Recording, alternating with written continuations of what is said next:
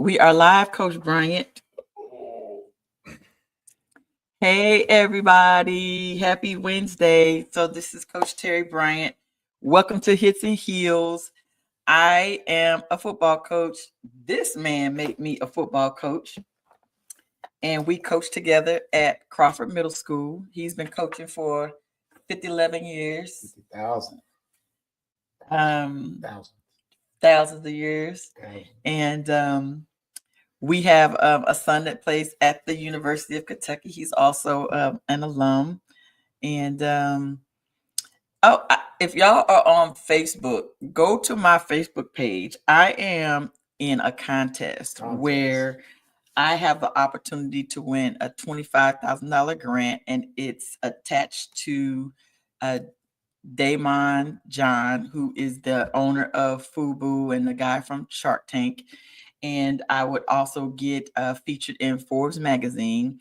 And I'm doing it because I am trying to increase the awareness and increase the participation of girls flag football in the state of Kentucky. So there are several states that have flag football, and Kentucky is not one of them. So like Georgia, Florida, Texas, California, and there's some several other ones where girls flag football is actually a sanctioned sport, where it's not here. And it's actually one of the fastest growing sports that's going on. And we have two teams, two schools in Kentucky that now carry girls flag football as a scholarship sport. And so I'm wanting to What's the two schools? My bad, Lindsey Wilson and Campbellsville. Right. Well, I look at that and hold your thought, but I look at that as no different than when lacrosse started in the state of Kentucky. It was behind everybody, but it caught up. And flag football for young ladies is going to be fantastic. It's entertaining. If you go watch flag football, it's entertaining. And they learn some nice little plays. Because I remember Ty Bryant being a part of that, the flag football at Frederick Douglass. He was a coach, and he's yelling and screaming, should have got thrown out of the game. But it's quite entertaining. And again, that's something to go vote on. That it's not something that's going to pay our bills.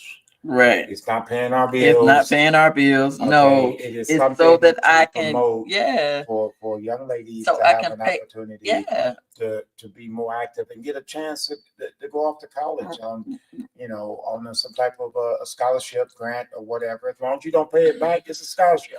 It's a scholarship, so right? Cool. Yeah, and so cool. So the money will be used to be able to host camps and I think Coach Burbridge, I think, is going to finally start a league for me this year. So we're getting ready to start a league here, and then Coach Montgomery we're going to host the first ever girls camp at Kentucky State on March the 22nd. And so I'm kind of that's exciting. And that's exciting. Well, it'll be the first one in Kentucky. Right, but the thing about that, a lot of people don't understand. There's a lot of young ladies out here that loves football. And sometimes the young ladies won't ask a question because they may say, "Oh, I'm assuming." They may say, "Oh, I might sound stupid, so I'm not going to ask the question." When you get the opportunity for the camp, get opportunity for this to have that, then you realize that a lot of people are asking the same questions, male or female. Right, and you just don't know what you don't know. So right. I think that's pretty cool to start that and get that started.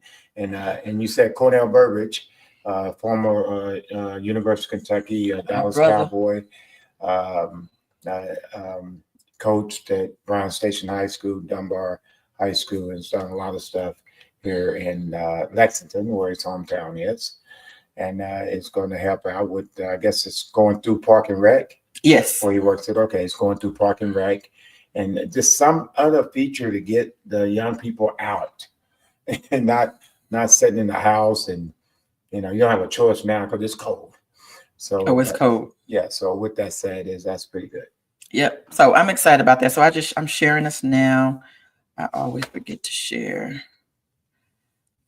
But anyway, I'm sharing this now so that you guys can come on. If there's anybody that wants to come on live, you text my phone and I can bring you on. I invited a couple people out. If they show up, they show up. They don't, but that's okay. We're gonna keep it moving. So that's that. So go to my page. You can actually vote every day. So there's like a cutoff next Thursday. So you can vote every day until then. And then someone told me that if you can vote twice in one day if you do it from your laptop and then do it from your phone, because it's two different IP addresses. But I'm not sure about that part of it. But please go and vote. And it's actually free if you're on Facebook. So I appreciate all the people that are actually paying for extra votes. I think that is just absolutely just fantastic. Thank you so much for your support. Bobby and Jennifer and our daughter and two of my aunties and one of my cousins and my friend Dr. Coffee. And if I forget anybody, I apologize. But I know those are some of the ones that actually paid to get some extra votes. So there's 70 people in the running, and I'm in 4th place right now, and I'm so excited about that. So thank you so much. That'll just be life-changing for us to even just to be able to win. That is just something that's really, really good. So I appreciate that. Anyway, that's my little plug for. Man, that's something needs to be said for me, babe. That's pretty good. That's pretty good because it's a great thing to me. Mm-hmm. Having young ladies be able to get an opportunity and hopefully in the near future have scholarship money, another avenue. Mm-hmm. Because right now volleyball is huge and girls softball is huge, women's softball, ladies softball, whatever is the politically correct word to say, but I mean that in the most positive way. So, but I'm also selfish about it too, because we need to recruit for the women's tackle football team, the Derby City Dynamite, and so I just wanted to get more girls involved so that we can have a pool of young women to come in and play tackle and move up to tackle football. Well, those are two different. There's levels. 2 different levels. That's those are 2 different levels. But most of the time, most of the women on my team started with flag football, and they all converted over.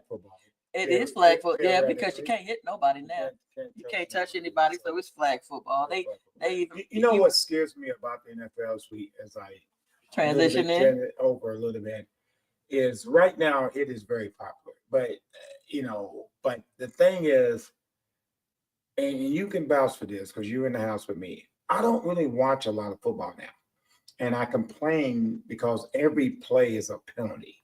I mean, it just, not every tic-tac has to be thrown. Sometimes just let the play happen and it happens for me or with me or against me. Mm-hmm. And I think that's one of the biggest problems I have as a seasoned person. That I just remember back in the day, if a flag was down, you would hear the announcer say, "Oh, there's a flag." Yeah. Now every play there's a flag, and it's petty, and it gets so. Patriots quarterback, former Patriots quarterback, Tampa Bay. Tom Brady. Tom Brady was talking about that. He had a comment on it and how they're asking defensive guys to pull up and they're doing this and doing that. And how do you do that when you're going full speed? People will get tired of that because people look for something to be excited about. Mm-hmm. And if you don't think that could happen, who on this earth would ever believe that Major League Baseball, that baseball would not be it in the United States? That football would take over as the number one sport in football. It's because of certain things that happen in baseball, people turned away. Eventually, people will get tired of officials dictating at all levels. Officials dictate the outcome of a game or have too much of a major impact. And I always thought the good officials are the ones you don't see. Right. But everybody wants to be on TV, and because mom and dad, and my kids, I'm about to go officiate a game, so I get to be on TV, or I get to be the center of the attention. And that's my biggest fear about football. In my lifetime or out of my lifetime, I just feel like it's going to happen. I mean, the little touching and every little thing, receivers push, defense get the call. I heard you up here earlier talking with your women's group. Yes. And you made a comment. Throw the ball short, the receiver run back, run through the DB, and Mr. Official. Because there's some people listen to me, the official. They're going to throw the flag because they're saying, well, he kept him from coming. The ball is short. If the ball's short, it wasn't catchable. I want to know what I want one of these officials to do. You be the DB. What would you do? That's all I want to know. What would you do? But most of the time, 9 out of 10 times, the DB gets the penalty against them, even if the ball is short, because they made contact with the receiver trying to come back and make a play on the ball. All I know is I am strictly defense. Everybody knows that. Yes. I don't understand offensive coordinator. I'm going to throw the ball short four times. Me too. Mr. Official is going to want to be on TV. Mr. Official wants to be the high school official that throws the flag. And I'm going to throw the ball short because Mr. Official ain't going to move his butt. He's not going to move to make sure make sure he sees it. He's going to be lazy because most of them are not in shape. I'm just saying they're not. Facts. And they don't get in a position to see what truly happens. And from their perspective, it looked like that happened. It did. Because they don't at real time, because you don't get in position. I mean, you got to move a little bit. I mean, get on the treadmill, get on the bike, and get yourself in a position. A good official is the one that controls the games and sees it and not anticipate it. Yes. When the call, it looks like it, just like the Patrick Mahomes situation with the double hit. I mean, he wanted to call that, and that happens a lot. Oh, this is what I think I saw. No, when it comes down to it, you got to make sure it happens before it happens. Okay. So, Marissa, hey, I just sent your husband the link. If he's home, tell him to come on. I just sent him the link to join us if he was available, if he's not working. Because y'all got snow down there, so y'all should be stuck in the house. But thank you so much, and congratulations to your Ohio State. Go Bucks. And hey, cousin Sam, I appreciate your vote, and I appreciate that. There's my bestie Jesse. Jesse, thank you for being on, and thank you for voting. And I love you, Jesse. Well, give the hubby some. Oh, and tell Art we said hello. Hey, Art. Art's our man. Yeah, she said a lot of passion, probably real. Thank you so much and I appreciate that. And thank y'all so much for the support.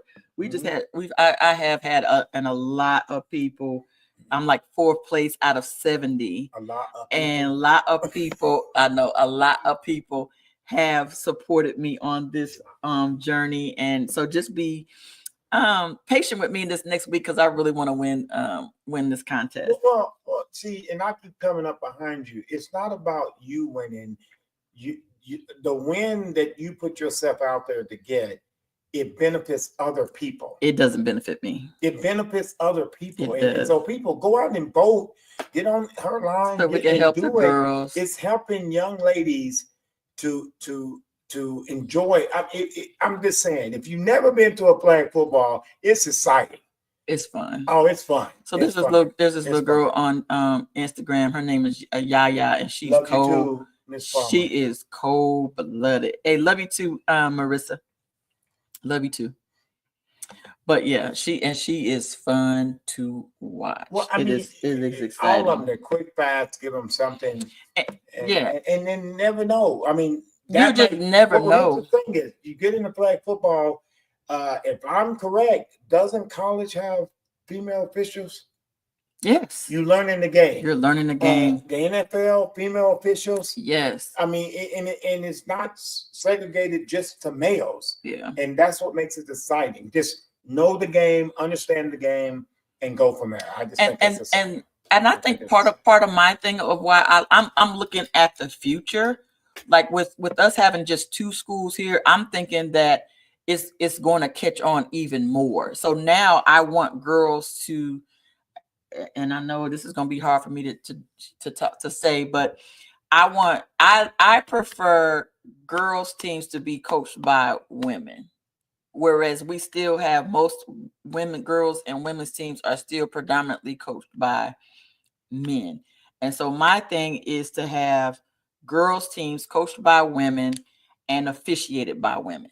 And so in order for that to happen, you need more participation for the girls to learn the game and then be interested in becoming officials and coaches. Well, again, as those jobs open up in the future.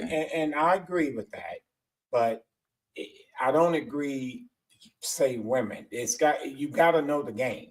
Oh, I agree. That's why I said that's why you got to learn because, and play. You can hire all that, but if they don't know the game, it hurts the game. It hurts the process. It hurts the future of it. And that's why I want girls to play so that they can learn and understand the game. Yes, that is so true. But I didn't play the game, and I know the game. You sure you know the game? I know the game. All right. I'm going to throw a question at you in a minute. You know. What questions? I'm going to throw a question at you since you missed. I know the game. Oh, my goodness. That's why we're having a test in 20 minutes. I don't know. On I'm just saying. On live TV. That's right, sir. Okay, Coach Bryant, where do you want to go? You want to go to the AFC, NFC championship, or you want to go to this college football championship? We'll go college. That's over. It's over. Okay. This is Buckeye people that's listening. Here we go. All right. Everybody's against us. What's Hagan doing? I'm gonna call Hagan. I'm gonna tell Hagan to come on. What's he doing? All right. Eric Hagan is the head baseball coach at Bryan Station High School. And I don't know anybody bigger than him as far as Ohio Buckeye fans, besides the Palmers. Miss Palmer. But okay, and he's from Lima, Ohio. He's a Buckeye, and he's go Butts. And I get it. Here's the thing.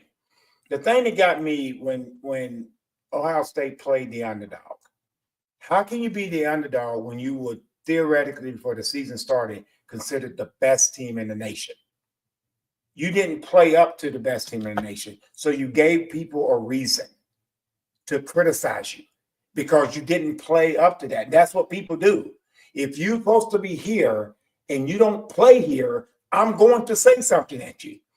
Ohio State was not the underdog in any games. They were the best team. I said that from day one. They were the best team. Did I not say that? I said before the season started, I said Ohio State should not lose a game. Yes. They should blow people out because on paper, personnel, they had the best line. They had some injuries, don't get me wrong. Yes. Especially on the O-line. They had, the center and the guard both went down. But overall, I said they're the best team. And so if you put yourself, which Ohio State people do, if you talk and put yourself up there and you do a negative, then they're going to come at you. No different than the SEC. The SEC puts herself up here. And it's been back to back. We don't put ourselves up there. We're already up there because we've been dominating for the last 10 years. Right. And somebody said, I heard somebody make a comment about this. Okay.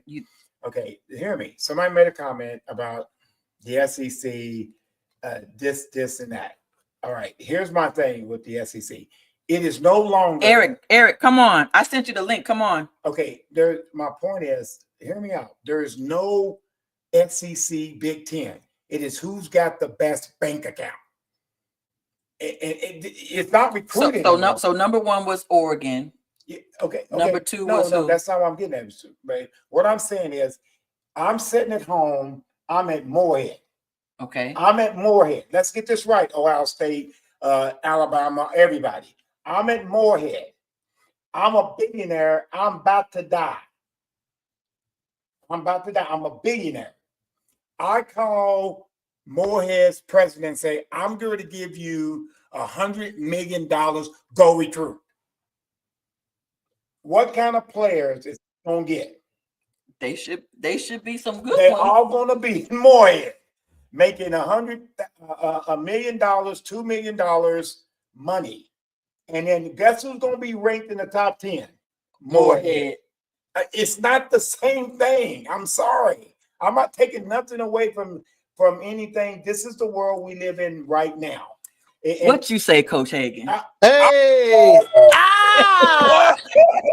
This is stuck on me. Yeah.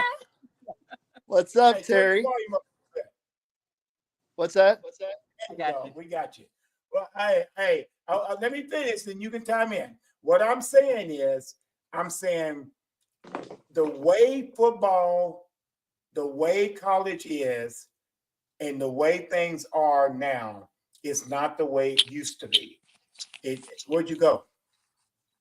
Where'd you go? I don't know. I just had to put my ear. Okay, and it's not nothing negative. Yeah. It's not nothing negative. It's just as, like I said, if a billionaire gives Moorhead, they can have $100 million. Now Moorhead, these kids are saying, "I'm going where the money is."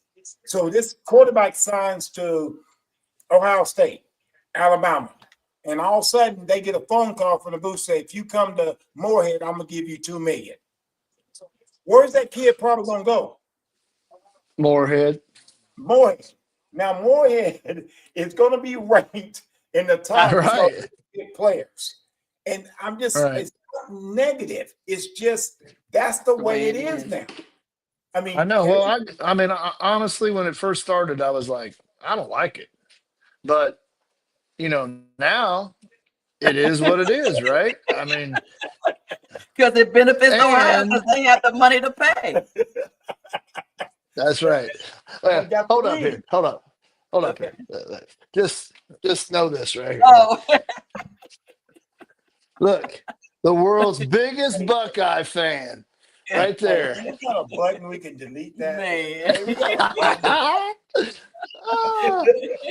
So, ladies and gentlemen, this is Coach Eric Hagan. Eric Hagan is from Alabama, Ohio. He's a Buckeye. He's the head baseball coach at Bryan Station High School. I'm glad he had an opportunity to come on, and the wife's got some questions for you. And I have one. How did you feel about the game? How did you the environment in your house? Well, my kids, they know when the game's on that I'm going to watch it. I'm not going to get up and get them a drink. So I'm so happy my son is starting to really get into Buckeye football now. My middle daughter, Natty Ruth, she's always loved the Buckeyes. But low key, Naylee, low key, she goes at school. I saw her, she had a pair of my sweatpants on, or the Buckeyes. She goes, "Dad, I love wearing my Ohio State stuff to school." And I'm like, really? She snuck that in on me and I didn't know it? Right. I mean, but then there's Roro, she's completely UK basketball. Her every screensaver is, she thinks UK. Mark Pope is the Pope. That's right. what she thinks. Well, the other day when I was over the house and she was talking to someone on the phone and she said, "I got dance or something on Tuesday."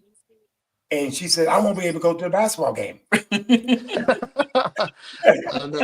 didn't know what she was talking about. Then she said, because something she's got going on conflicted with her going to the games. Yeah. And I don't know if it was Tuesday or Wednesday. It was Tuesday. It was Tuesday, yeah. And when you said her name, you said that, and that's a fact. She is a UK fan. And I don't know if you get, she gonna show some love to the family, but I don't know if you can get her swayed over that way. She likes the Buckeyes because they win, and that's her biggest thing with that. But when the Buckeyes do something good, like when I watch the game, I'm a fan, right? Like I'm not a coach, I'm a fan. Like, so I get a little exuberant when I watch the game, and sometimes I say some things I probably shouldn't. Um, because I truly am a fan, and I But no real coaching. I take my coaching hat off when I watch the Bucks, but like any other game, I look at it through the lens of a coach. But I like it. they don't understand when I'm pumping my fist and I'm clapping so loud. They just they don't ever see me like that. So they laugh at me. They just giggle and look at daddy, look at daddy. I like it. Like Okay, so how many seniors or 3-year are you going to lose to the draft? What are you going to look like next year? Next season? Well, it depends on like if Quinshawn Judkins leaves. I don't know if he's going to leave oh, or Mm. not. well, he's gonna make 2 million. He ain't leaving. I mean, why would you go get hit by a bunch of grown men and when you could That stay right part. there, When you right? can stay and Right? make just as much on your rookie, because your rookie contract is not going to be Right. that much No. And anyway. It's going to I be about mean, the same amount anyway. I mean, how right, much you is could understand. Carson Beck getting ready to make in I don't Miami? know. Yeah, Like a 10 lot. million. Like Yeah. 10 million. Well, Tavion St. Clair, I don't know if you see, he's the next, like, supposed to be the next Buckeye legend. He was at the game. I saw a photograph of him standing on the sideline. He Yeah, had he was his there. number 9 jersey on that he will be wearing. And he's from Bell Fountain, which is, about 45 minutes from Columbus, 45 minutes from where I grew up. Uh, Now you it gotta is tell the people highest. that don't. Hey, coach, you gotta tell people that don't know what position he plays and Well, he's a quarterback. He is 6'5" I knew that. and supposed to be all that. Um, Mm-hmm. so I don't know. He's been going to. That's what happens when you live in Ohio. You go to their camps, and next thing you know, Yes. it's kind of like you did in Indiana, Coach. Because you are from Uh, Indianapolis. uh, uh, I'm a focus through and through. Yeah, Marissa Palmer said that you're from her hometown. Yeah, her brother and I played soccer together. Did they? Oh, that's good stuff. Yeah, Yeah. yeah. I remember that back It's in the small day. world. Small world. And I guess my next question is I agreed with Nick Saban. This is fine because you've heard me say this. This is not me just saying it now. Remember, I said that the Buckeyes were good. I said they're loaded. They just got to figure it out. And when they figure it out, people are in trouble. Am I right or wrong? I said that. I said, True. I know talent. I know talent. And I'm so happy for one reason. I mean this. I'm happy that they won the national title so people will leave y'all's head coach alone in Ohio for losing to Michigan. I know you want to beat Michigan, but this is way bigger. So beat Michigan and not win a national title for all these years. Which is Yeah, better? I A think national title. I heard that today, and I see Day had a shirt on that said "No asterisk" when he went to his press conference. So I thought that was Yes. pretty cool. He obviously, you know, they said, "Hey Harbaugh, I guess he wasn't born on third base, was he?" No, he Yes. wasn't. So, well, man, because he's so good at his job, I think, like in hiding stuff, like you just never knew like what he was really dealing with. And um, I mean, if you Well, look at the field goal that was missed against Georgia, right, two Yeah. years ago, not last year, um, but you know, 47-yard field goal that hooked to the left, and which would have beat Georgia. That was the Marvin Harrison targeting call, or not yeah. targeting call, Not a and target to Not call. targeted. right. Well, whatever. I mean, Correct. it changed the game, changed the course of the game. It's kind of We talked like about that earlier before you came on about how the referees are, change the whole trajectory of the game sometimes with one or two calls, and then oh, they do. It's getting ridiculous. Well, the What point, I don't like is at the end of the game, like you let things Yes. go for the entire game, and And then then all of a now all of a sudden, with sudden, 2 minutes left, that yellow hanky comes out of the pants and say, "Hey, look at me! I'm gonna do." No, let the guys just play it out. And I just mean, stay college consistent. football, like college football defensive back play is a lot different than when you played, right? way different. We were just talking about that. Yeah. Yeah. Well, I said this when they was talking about the Chiefs game going to the NFL, but still in the same circle subject.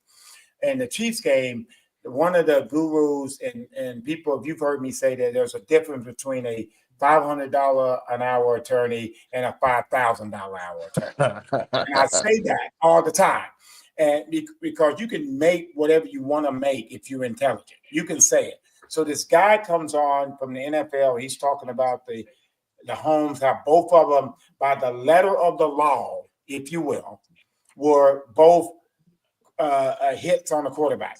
And I said, I wish that man who said that get in his car, close the door, start driving, and go 37 miles in a 35 speed limit, and a police officer pulls him over, gives him a ticket, and says, "Excuse me, it's the letter of the law."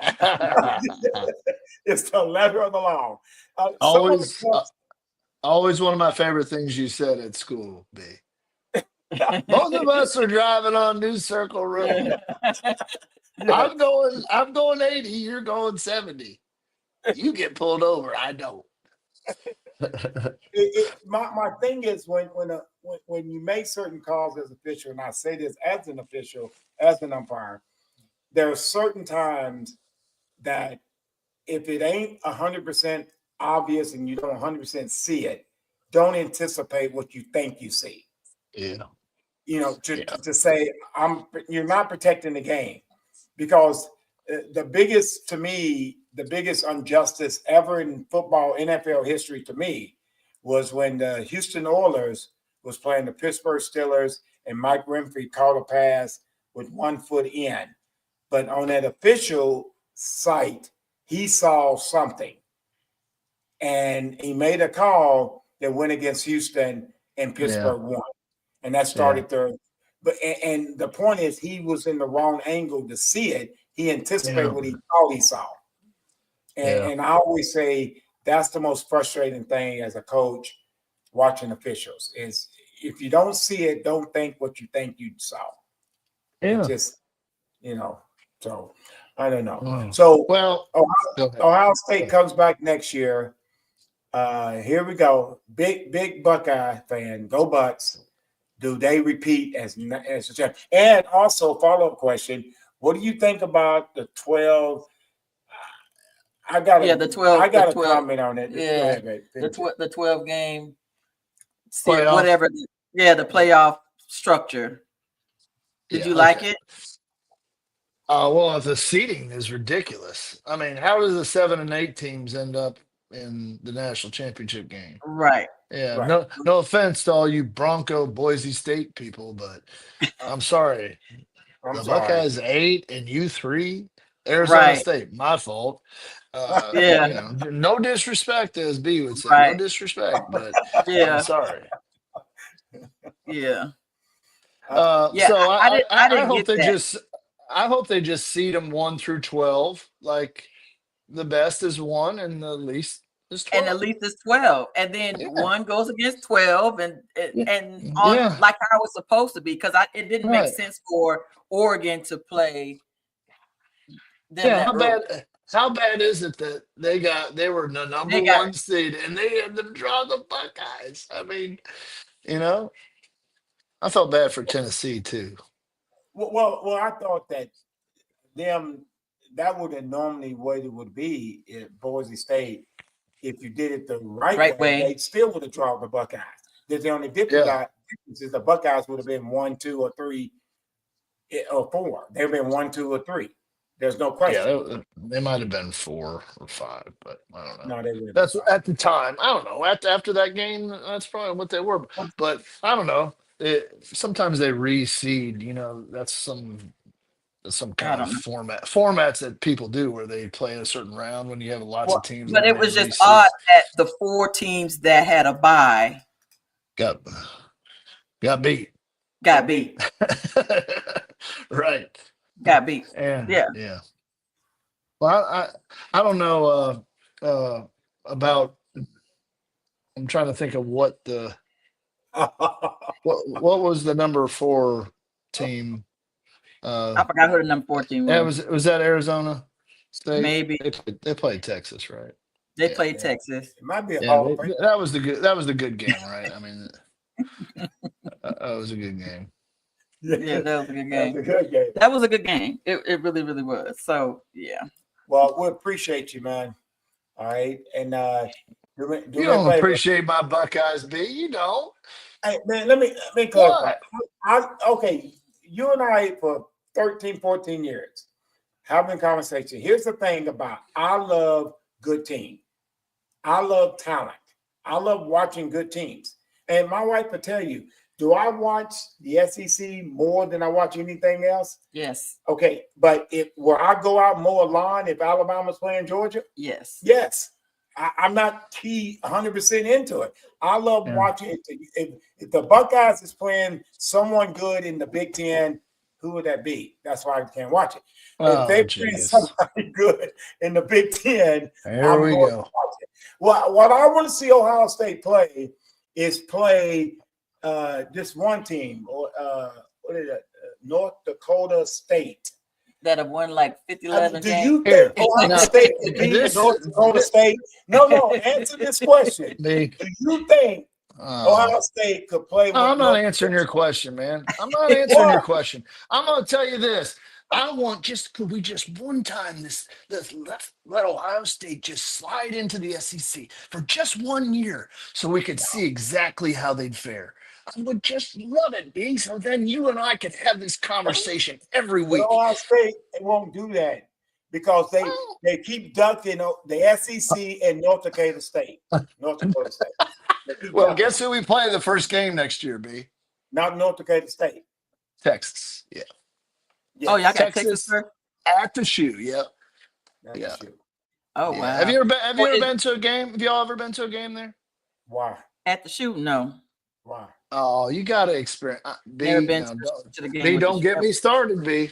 We've never been to a game there. We appreciate you. So is Jeremiah Smith NFL ready? Be right with you, man. Is he ready? Oh, but have you ever seen a freshman like that in your life? I mean, the only freshman that I thought was just like him, I thought Smith was better, barely better. It was Alabama's receiver was nice. He was. Yeah, nice. I never watched him. He was nice. That receiver that Williams, I think is his last name. Mm-hmm. But B, if you look at that receiver room at Ohio State. And you look at where these guys that have gone, and for him to have the things that are said about him by all the guys that have gone before and Heartline and talking about what kind of person he is and what his work ethic is and how humble he is. Like that just means all that means is the other receivers at Ohio State wasn't like that, so he was special. Is that what you just said? It sounded like what you just said. No, that's not what I said. Do you want me to list them all? But here's the cool thing is look at a guy like Brandon Ennis, who's a 5-star guy who's been sitting there for 2 years. 2 years. Catching punts on the fair, when it's but that's the culture that's created there. And that's pretty good because that used to be the culture all the time. Yeah. That's what we were talking about. But not with the portal. No, not with the portal. The portal just tore all that up to pieces. Yeah. So he said Derrick Henry was ready. He said Derrick Henry was ready as a freshman. Yeah. Let me tell you what. This has been awesome. So if I could ever get this invite again, so the people could really see me and B, I would love it. Okay.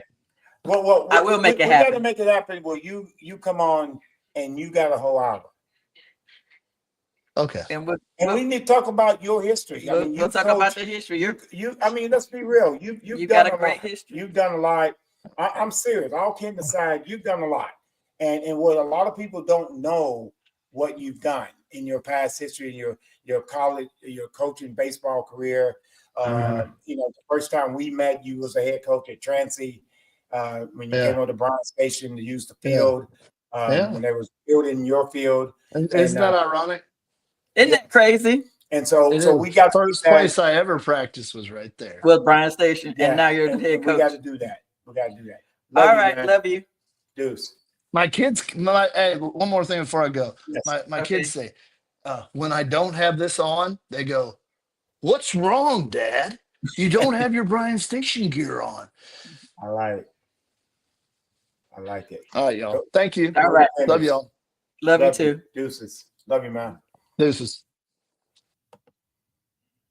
So cool. So that we get ready to bring on another Hall of Famer. No, he's a Hall of Famer. I mean, I'm surprised he still talked to us. Pretty much, but he ain't the man. That's I mean, he's got. I'm coming in on this guy right here. He's got an amazing wife. Yeah. 2 amazing sons. Oh my God. And he's like 4th, and he's the Hall of Famer. And he's the Hall of Famer, but he's 4th. P1. P1. How you doing, Mr. Palmer? I am doing well. How are the both of you? We're doing good. Nice. Hey, are y'all enjoying the snow? No, I'm not. Well, for people don't understand, he sent us a video on text yesterday, and I'm sitting there thinking, and what did I send you back innocently? You asked me where I was. I said, "Where you at?" Because I thought he was home. Yeah, and then, it was in Florida. It was in Pensacola. Pensacola. Yes. I mean, how many inches did y'all get? 9. Wow. It was that much. Was it a record? Yeah, it was a state record. State record? No, because when you picked up that snow, you didn't go down, you went up. And that's a lot of snow. No, it was a lot. Yourself being from Dakota, and snow, so it brought you memories home, right? Yeah, but unwanted memories. Like, isn't that the whole purpose of living in Florida? So you don't have to deal with the snow. I got a call this afternoon from one of the TV personalities back in Fargo that had done a story on Marissa. And he calls me and he says, "You guys are getting a lot of snow down there." He goes, "I saw your post on Facebook." He goes, "Do you mind if we use it on our news broadcast? We think it's pretty." Yeah, that's hilarious. So anyway, so you went to so let's give y'all some back. You want to talk about your background? So he went to North Dakota State. He is in their Hall of Fame as a triple jumper. Is that correct? Triple jumps, and I did horizontal jumps and short sprints, and then I coached for about 13 years there. Okay, so he's in their Hall of Fame. But listen, nobody knows this, but how many championships has their football team won in the last, is it 10 years? 10 and 14 years. Unbelievable. So nobody talks about it. Wow. That's a dynasty. That is amazing. And the thing is that they went on a stretch. Can't remember when it was, but they went on a stretch where they won 7 straight against FBS teams, and that was Big 10, Big 12, and then nobody would schedule them anymore. So they went, I think, like 3 or 4 years where they couldn't get a game against an FBS team. Mm-hmm. Then they were supposed to play at Oregon, and then that was the COVID year, so that got canceled, or actually got rescheduled. So they go back out. They'll go to Oregon. I think it's like 2028 or something like that, 2029. Yeah. Yeah. But they're 3-1 against the Big 12. They're 4-2, I think, against the Big 10. Yeah. And I think one of their biggest wins was probably they beat Iowa when Iowa was ranked, I think, maybe top 10. Mm-hmm. Yeah. I think they were ranked 11th that year. Okay, yeah. They're ranked 11th. Yeah, they were close to top 10, which is yeah. And they played at Colorado this year and came 3 yards short of winning that game. Yes. So with that said, does a lot of their players stay for the 4 years, or y'all get a lot of transfers each year, or to your knowledge, how does that work? They don't now. They don't get a lot of transfers. It's very, very grassroots, very homegrown. Okay. And they'll get a few transfer in. I think they've got a kid from Texas Tech that's coming in this year. But they lose more to bigger schools than they bring people in. That they had a linebacker probably 3 or 4 years ago that transferred down to LSU and I think was all SEC with LSU and got drafted by the Cowboys. Let's go Cowboys. And so they get things like that. Now this year they didn't lose one person to the portal. Well, they didn't lose one person that was playing to the portal. Okay. This coming year or this past year? The year that just finished, when the portal closed, they only lost one kid that he was an All-American, but he sat the entire year for an injury, so he didn't play. And he's going down to Texas A&M, I think. But they didn't lose. If you watch the championship game, Trey Lance's brother, he had a phenomenal year. So everyone was thinking that he was going to get, well, he probably did get a lot of offers, but he ended up staying. So he's going to complete his 4th year at NDSU, and they get a bunch of guys that, they're recruited by some of the Power Fours, the Wisconsin, Nebraska, those Midwest schools, but we always joke that, well, they come to NDSU because they want to win.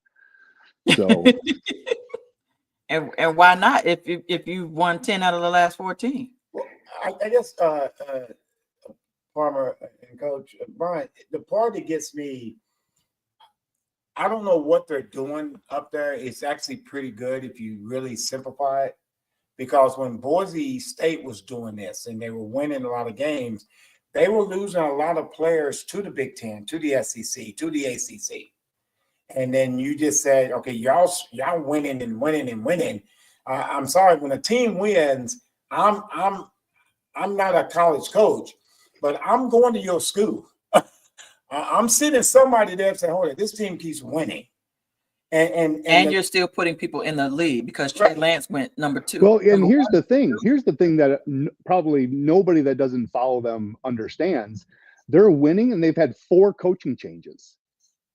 I did not know that. So the first coach who's I gotta get a pencil like Johnny Carson. I didn't know. the coach that kind of started this whole dynasty ended up going to Wyoming and was coached at Wyoming. Then the coach that succeeded him went to Kansas State. The coach that succeeded him went out to USC, and now they're on their 4th coach. So hold on. So what are they doing? I mean, I need to go to their coach's clinic. Is this the movie Get Out where y'all hit the where y'all hit the cup and make them stay? I mean, I saw the movie Get Out, and she did some stuff with a cup and hypnotized them to get them to stay. Because, by the way, it's cold there. Well, this time of year, they have a dome. Yeah. Yes, they do have a dome. Okay, that makes sense. Okay. That makes sense. I tell you what, they have invested a lot in their athletic programs. I mean, across the board. They should, if they're winning 10 out of the last 14. And the thing of it is, what is an interesting part of it is they get 0 money from the state to do that.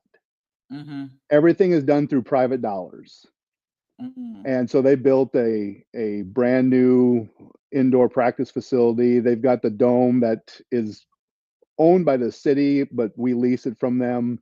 They built a brand new indoor track facility, and their facilities are phenomenal. And well, Coach Terry Bryan said that when you win, people will donate. Oh, absolutely.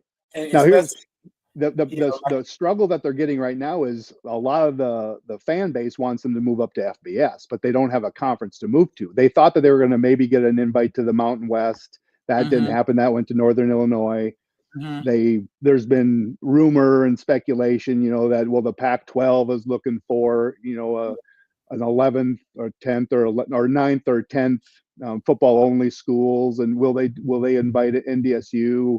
And now that the geographical footprint really doesn't matter anymore, right? That there's probably more hope for it, but but why, if it's working at that level, well, no, and you're still able to go, you're still beating those teams outside of that, and you're still putting people in the lead. Like, why fix something that's not broke?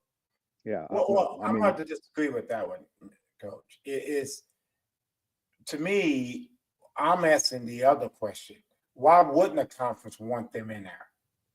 Because they're going to bring revenue. They're going to bring a fan base. They're going to bring winning.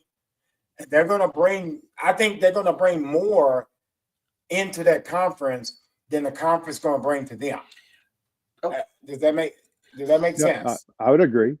I can definitely see that perspective. Right. Okay, but when you change conferences, wouldn't the recruiting change? So for instance, if Kentucky was to leave the SEC and go to the Big Ten and dominate. But would they dominate? Because will you still get those same players? Because now you're not in the SEC. You're getting them because you're in the SEC. Well, I think sometimes, in my opinion, it's not just simple as football. When you move to a conference, you have to think of the other sports too. How does that hurt or benefit the other sports? Well, see, that's why if they were to move, I think they would move football only, because all their other conferences would stay in a more regional footprint for it. So I think they would definitely entertain a football only move and let all their other sports stay in the Summit League, which is a much more Midwest, footprint for them. Okay. So it makes a lot of sense to do that. Right. They move everybody. Which is what Northern Illinois did with the Mountain West. They went football only, and then they're staying in the MAC for everything else. Yeah. Okay. And it's funny you said that, because when that happened, I'm sorry, I was so confused because I was like, hold up. Why are they in this? They in two conferences? And then I found out later only the football program moved to that conference. Yeah. So we have to go personal, if that's okay. Yeah. Go personal. We checking on my nephews? We're checking on the nephews. We got to throw that in. Okay. And for everybody don't know, Palmer here was actually in the state of Kentucky. I was very blessed to coach his younger son in baseball, and they drove. And people go, well, he came from Richmond. You ever try to get into Lexington at 5 o'clock in the PM? It ain't easy. And he was always there. And I think I was 0.1% of his talent that he is doing at college. So we're going to let Coach Palmer talk about his oldest son first, who is at a level of academics that is, I'm just saying, we was in Florida, and he was inventing spaceships. Okay. So and then and speak on the younger son, if you don't mind, with their name. Yeah. Our oldest son, Bryce, he just graduated from Embry-Riddle Aeronautical University in 3.5 years with honors in aerospace engineering. So very proud of him. Absolutely. He speaks over my head every time he talks about things, but he does it very passionately. He does it very excitedly, and patience. And so, what's that? With patience, yeah. When you wait for your response back. I just usually smile and nod. No, but he's very excited about what he's what he went to school for, and our youngest son Brock, he he had said to Bryce a few times, he's like, "You've always wanted to do this. How did you know so young So that this is young. what you wanted to do and you still want to do it?" Yeah. Yeah. I think that's You know, probably one of the hardest thing as an adult. Finding something that you're that passionate about when you're young and watching it all the way through yeah. relentlessly. I'm so So proud of him for that. he graduated in December. So he's a semester ahead of his class, and he's doing some job searching right now, and he's applying for graduate school as well as a backup plan for him. So he's got a lot of good. He's got a good head on his shoulder. He knows what he wants, but if he doesn't get that, if the timeline doesn't fit what his timeline is, he's pivoted without even being told to pivot. Right. You know, I think that's what's even more so from a parent standpoint is very rewarding, that so many times you have to tell him what to do, and he's like, well, if I don't get to school, I'll apply to graduate school, I'll look for a graduate assistantship, maybe I can get a research assistantship, and then I can do da, da, da, da, da, da, da. And I'm like, wow, you've got it figured out, so you just keep on going. I love it. So you're And my youngest nephew, Brock is a junior at the University of Texas San Antonio. He's starting his second year there. He was in junior college his freshman year at Gulf Coast State College in Panama City, and so he's a catcher for UTSA. I think they start their season February 14th. They've got a pretty good schedule this year. They'll play Texas A&M, Dallas Baptist. I think he said that they play 3 or 4 ranked teams this year. East Carolina's in their conference. They're usually a playoff team. They had a really good year last year. They just kind of I shouldn't say they fizzled out at the end. They kind of hit a slump at the end of the year that was unfortunate, because they had a really good team, really good season, and so they lost their talent to graduation in the portal. But according to Brock, how the fall went, they've reloaded pretty well. So he's excited about it and getting ready to get started. well, I have to time in to tell the story on Brock. I'm coaching Brock in Little League, and first of all, I did not know people. I did not know he did not call 1, 2, 3, 4. He just let the pitcher throw it and he catches it. And I didn't know that. I mean, we're talking about a year, many games in. He's catching and he's smooth, he's blocking. So one game we needed this win. And he gets there and all of a sudden the ball goes between his legs. And then he misses the ball. He throws it out. Now, his dad, who's on the coaching staff and decided it took me forever, he wasn't one of those dads that said, I'm coming to coach. You're going to coach my staff, I'm coming. And I was like, you need to come and be a part of the coaching staff. Then again and again, then he finally did it. I think Melissa, the wife, punched him in his jaw and made him come. So it was a good asset. Thank goodness for Marissa. Thank God. So basically what happened was he comes, he sits on the bench, and I'm chewing him. I get down in front of him and I'm leaning over and he's staring at me. He looks me in the face. I'm like, what are you doing? Why didn't you catching the ball? And all of a sudden I go, and I just stopped. So Palmer looks at me and go, get him. Why are you stopping? Yeah, don't stop. He said, don't stop.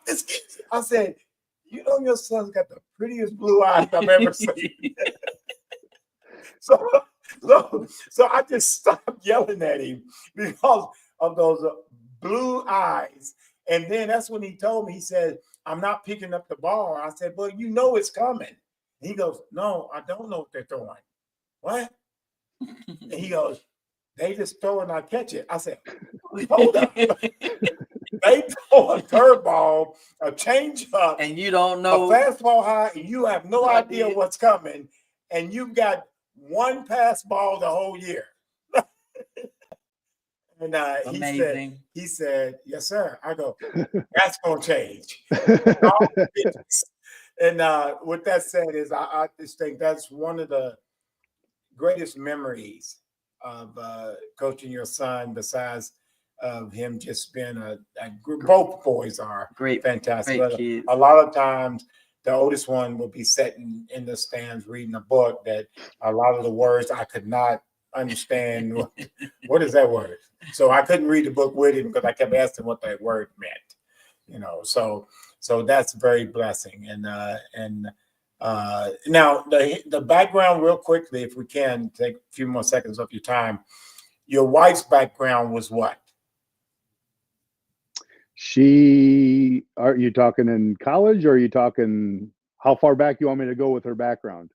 Well, just real quickly, let's go back to high school, college, and everything. Yeah. So she was in on dance teams in college, and so when she graduated and went to graduate school, she was a graduate assistant with a dance team, and then she's coached dance, or she was coaching dance for shoot, probably all the way up until 2013, 14, 15, somewhere in there. So she probably coached dance teams for about 14, 15 years. Okay. Coach.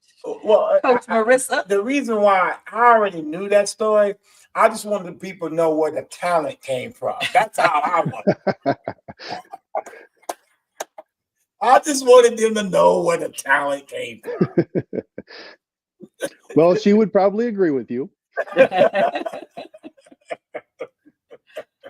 But yeah, right. she was a dancer, so she always tells both boys when they were in sports, and Brock is still in sports, but dance is very important. There's a lot of transferable skills that goes with dance, and absolutely, yes. So when I was at the University of Kentucky, we my sophomore year, we had a dance person that came in, and I tell people all the time, dance, aka cheerleading. Coach Martin at Dunbar High School, I never will forget. I'm getting my defense ready at Dunbar, and I'm in the gym because they're doing offense, and I'm not going to be outside when they're doing offense. I'm going to be in the gym shooting basketball. And all of a sudden, I'm watching aka dance cheerleading and Coach Martin of Dunbar go through that. And I walk up to her and I said, did you just do the same routine for 22 minutes? It was like, get it right. We're not moving on till you get it right. And that's the discipline that she installed in her boys. It is, you do it right and you don't move on till you get it right. And that's probably one of the huge disciplines that a lot of times we don't get. And dance gives that, cheerleading gives that. Because I was sitting there staring, going, they did the same routine. I didn't see them make a mistake. Yeah. I guess somebody moved their shoulders wrong. I didn't know because it looked like it looked good, 19 minutes ago, but they did it that long. And then I got to be pretty good at evaluating her team, because she'd always bring me in when they were preparing for their national championships, and she'd be like, I want you to watch this. I'm like, I don't know what I'm looking for. But by the third or fourth year, I'm like, okay, your second one in the back, they're out of sync. Well, she gave you the vision to see it. And that's what I meant by with Coach Martin at Dunbar High School. Was the same thing, because when I went outside, I tore up my piece of paper that everything was script by time. Then I was like, no, we got to do this before we move to this. And that helped me to this day, because I'm like that. Mm-hmm. I'm very particular. Everything's done. So, and people don't understand the small little details on certain things help you be a better success in sports and academics and the whole 9 yards and doing things right. Sure. So, well, like Jock said, he talked about Lynn Swan taking ballet because of just the transferable skills. Is he coming on? I don't know. I'm getting ready to ask him. Are you coming on? I just asked him. Yeah. So I hope he says yes. And but I'm so proud and I'm so blessed that we, when you moved from Kentucky, we stayed as close just like you was right down the street, 35 minutes away. So, Yeah, absolutely. and we love your family so much. We And were thank very y'all again blessed. for coming to the Florida game and The Florida game. hanging with us. We had a Well, great it time. looks like next year we'll be going to the Auburn game. Okay. Sounds good. Sounds great. Sounds great. And hopefully I won't yell at a police officer to get arrested. well, hopefully she's doing a little bit better where you don't have to. Okay, but I will though. Oh, we'll act the fool over her. We love her to death. So, Coach, we appreciate you. Yeah, I appreciate both of you. Absolutely, Coach. We appreciate you. Love you. All right. Love you guys too. All right. Go North Dakota State University. Go Bison. Go Bison. You didn't think I knew that, did you? I can come play for the Buckeyes or the Bison. What's that? She said Ty can come play for the Buckeyes or the Bison. All right, love y'all. Hey, Jock, I sent you the link. So come on. Come on for a few minutes. I mean, please. Amazing. What's that? He calling me? He's calling me. I'm live. Okay, I don't know why he's calling me. Okay. So Jock, if you're on, and Tony Chisholm, I sent you the link to your instant messenger. So if you guys, wish I had the attention to detail, I so appreciate that. How about you? I'm making it such a focus on your son. So Jock, I sent you a text to your phone for you to come on live because I want to talk about. We're getting ready to talk about this Bryan Station hire, which is fantastic. Okay, make sure he's okay. Okay, let me make sure something's okay. And Tony Chisholm, I sent you the link to your instant messenger. So if you're on, but Jack, come on, I want to talk about the new Bryan Station. Okay, you're trying. Okay, no problem. Just click the link, and then you should be able to put your name on there, and then come on, and then we're gonna talk about. No problem. Hopefully we'll be able to talk about Bryan Station. Anyway, so I just want to remind you all. So if you guys go to my Facebook page, I am in a contest so that I can try to win a $25,000 grant so that I can start hosting some girls flag football. Is he okay? Some girls flag football teams. Football clinics and showcases and to bring more awareness to girls flag football, because I want flag football to become a sanctioned sport in the state of Kentucky. So if you guys go to my Facebook page, if you're on Facebook friends with me, and go to it's my pinned post, and there's a link on there, and you can actually vote every day until the 9th to see whether or not I win that. And I just want to thank everyone that's been that's already voted, and I appreciate you all on there. And Tony Chisholm, if you're still on here, go to your instant messenger, because I sent you the link, because I want to talk about because you're a local coach, and I want to talk about some things over at Sayre that you got going on. Well, let's go back in the case Wick can't. I hope he does, but a huge hire. And let me. So we have a legendary. So Bryan Station, where he is actually the coach, of the baseball coach and assistant baseball coach at, and it's also the alma mater of our daughter. And when we first started dating, this is where he was coaching. That was at Bryan Station. Well, it's a legendary school. They've had some great athletes come out of there, like Dermonti Dawson and Mark Logan and Cornell Burbage and LeMaster, Frank LeMaster, and the Wards, and they've had just tremendous amount of talent that come out of there, and including the coach JT Haskins. We've actually had him on here. He was one of Ty's coaches when he was in Pee Wee playing for the Falcons. Yeah. And so Constitution. Yeah. Park. And so we just want to give a shout out to him, and I was hoping that Jack would be able to. He said he's trying to make it on it, and if not, we'll try to make it work another time. But it's a huge hire. I was actually shocked that Hawkins left Bryan Station with the success that they were having to go to Henry Clay that wasn't having a lot of success. Well, we don't know the insight of why Why he left. yeah. Sometimes a challenge, and I say this to people all the time. Sometimes you leave and you make a challenge for yourself, and you need a bigger challenge. And you know, we've talked to him and actually sat around Mhm. at the UK game, broke Yeah, bread absolutely. together. He's a great person.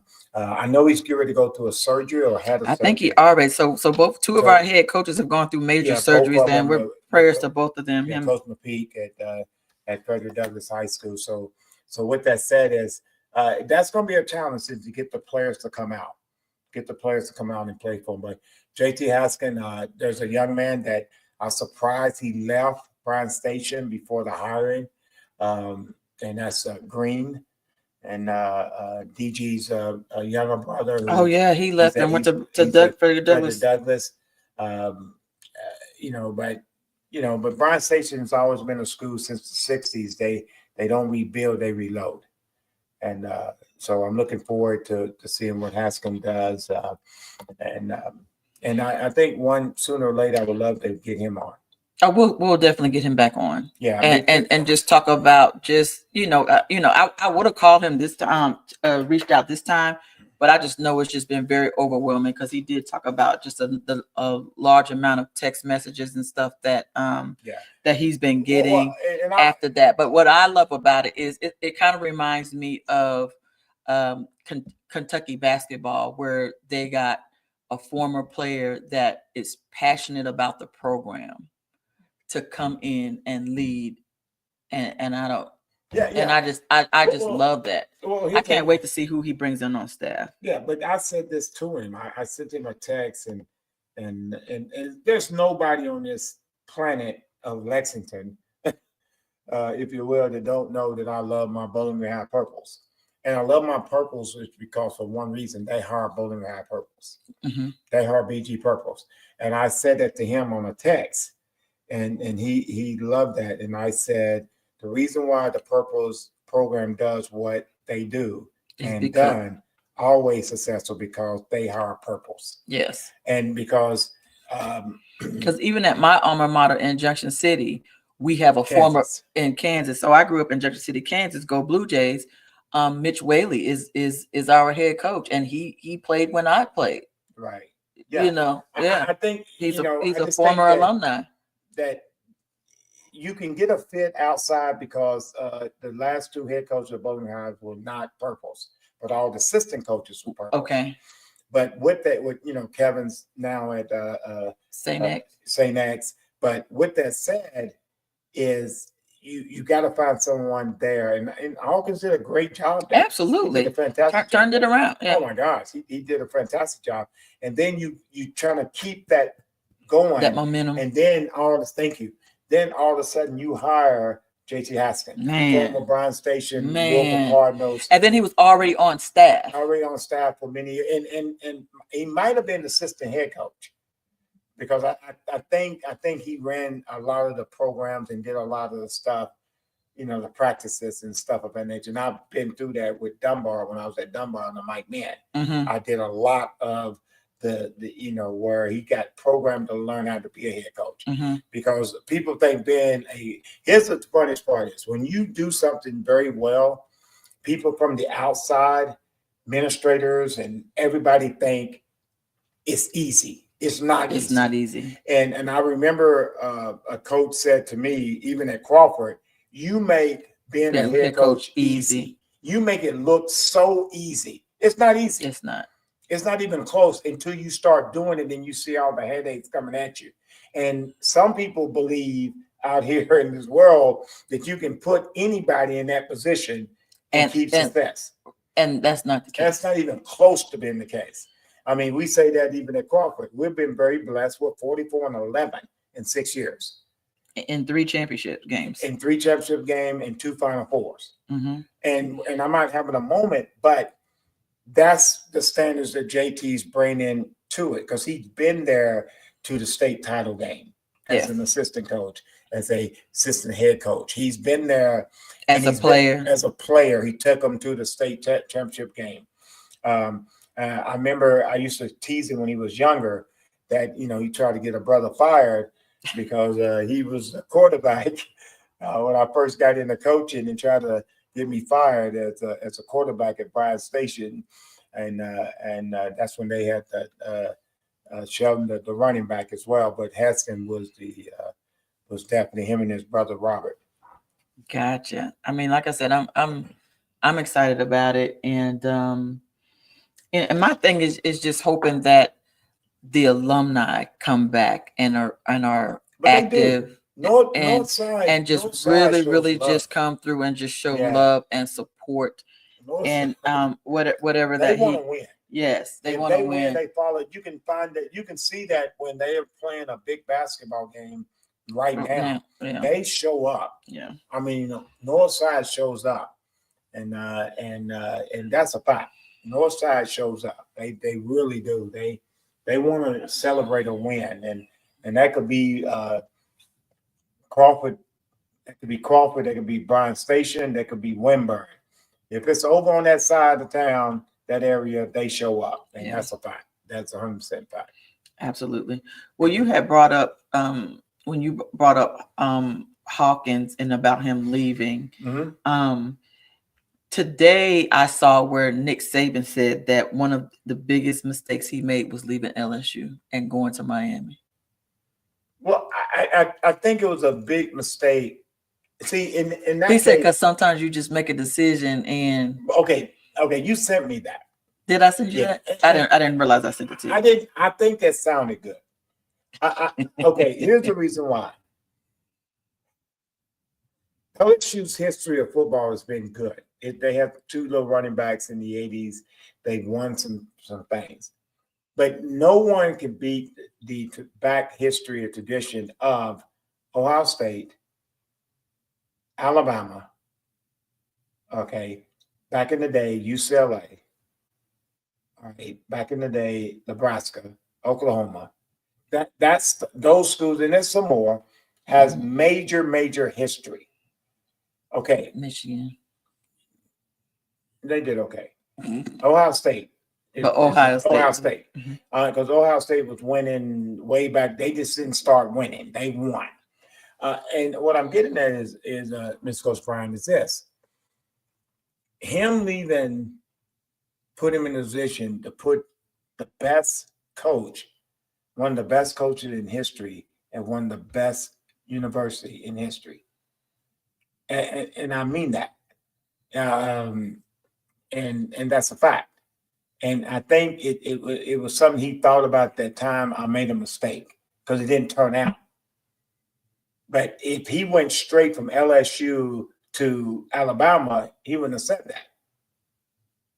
But I think that if he would have never, but he said that when he went to Miami and decided that he didn't, that wasn't a good decision. He wasn't able to go back to LSU. So it's like he didn't have a choice but to go to Alabama. Right. So basically what he said was he just should have never left LSU. And he would have did the same thing. All those championships that he got with Alabama, he just would have had them at LSU. I don't know. He'd already just got one. I'm just saying. It may be true, but we never know. I mean, I believe in Jesus Christ, not psychology. I get it. But my point of it all is his decision that he made when he made his decision. Yeah. It's sort of like there's certain decisions. And you just make a decision and you just got to live with it. When you've done something and you've done it well, you know, when people intervene, and I'm going to keep Bryan Station into this. Okay. To me, the greatest thing, for my opinion, is when they brought back the Bryan Station basketball coach. Coach Ligon. When they brought him back, was the greatest thing for Bryan Station basketball. Why? Because he was winning, he was doing his thing, and then all of a sudden somebody made the decision that he needed to go. Okay, and I'm not saying that other coaches came behind him couldn't do it, but he was doing it. And then all of a sudden, someone in the top makes a decision, and because they think it's easy. Or they think that the grass is greener on the other side. Or you they know. think somebody else can do it better, or that's the way it's done. And And now, sometimes it works out and sometimes it doesn't. majority of the time, it doesn't. Yeah, because a perfect example of what you just talked about, Chicago Bears, when they fired Lovey. Yes. Lovey went to the Super Bowl. He was 10-6, and you fired him, and they've been duty ever since. Yeah, I just think sometimes just leave stuff alone. Yeah. Okay, if you want to twinkle stuff, if you want to twinkle a little bit, that's fine. Communicate with the coach. Say, please, I need you to do this. Don't demand, ask. And what I'm getting at is, if I can say this, is when he came back, it brought enthusiasm. It brought old heads back in the gym. Bryan Station, I was just there. They was playing Madison Southern. They had a freshman game. They had a JV game. They had a varsity game. I ended up leaving early, and I just saw some people that was back into the gym, and the excitement at Bryan Station basketball was back in, and I was excited about it. Okay, so JW keeps sending information. We need you to come on because I know where you live. I know. I know where you live. Plus, have you been to Tuscaloosa? I've been there. I'm from Alabama. Yeah. Ain't nothing in Alabama. And it's hot. It's hot. We were there. Ooh. But I love going down there because they feed you. Her family will feed you. You're going to eat. You don't know what you got to do. You got to pump it out or something. You're going to eat. Don't go in the house. Don't eat. You're going to eat. That's the South. I mean, but you brought up Patino. Again, Patino should have stayed where he was at and never left. Yeah. I get it. You wanted to go to the pros and try your thing at the pros. It didn't work out. And then now you can't come back to Kentucky and you end up going to Louisville. No link. I texted to you.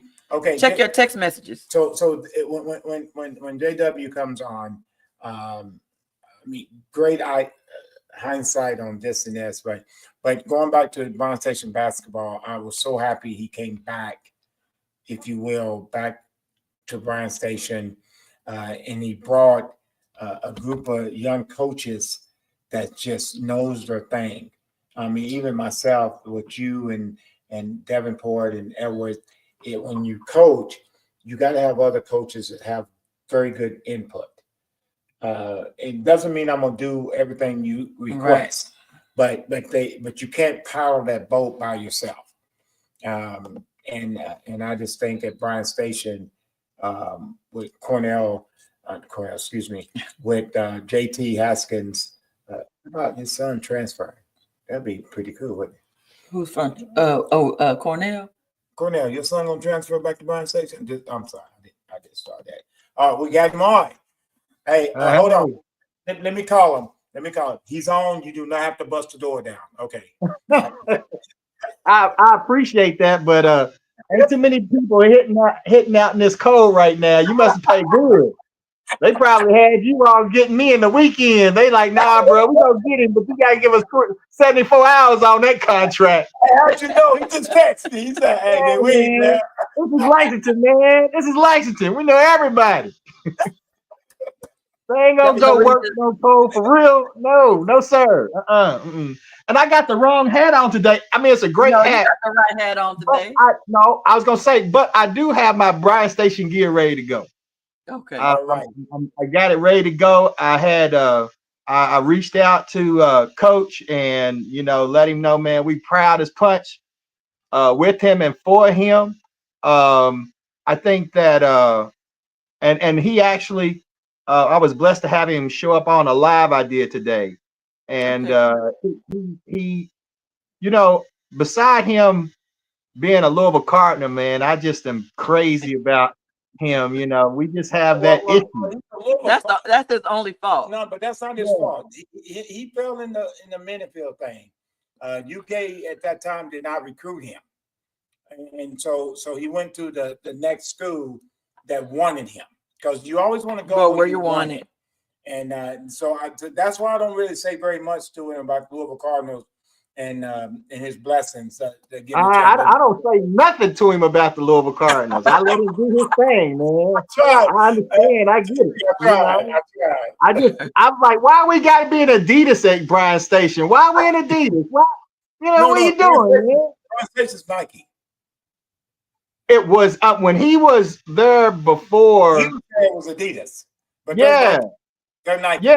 So I want him to understand where he is. He was trying to do recruitment to Louisville and junk, man. We can't have it.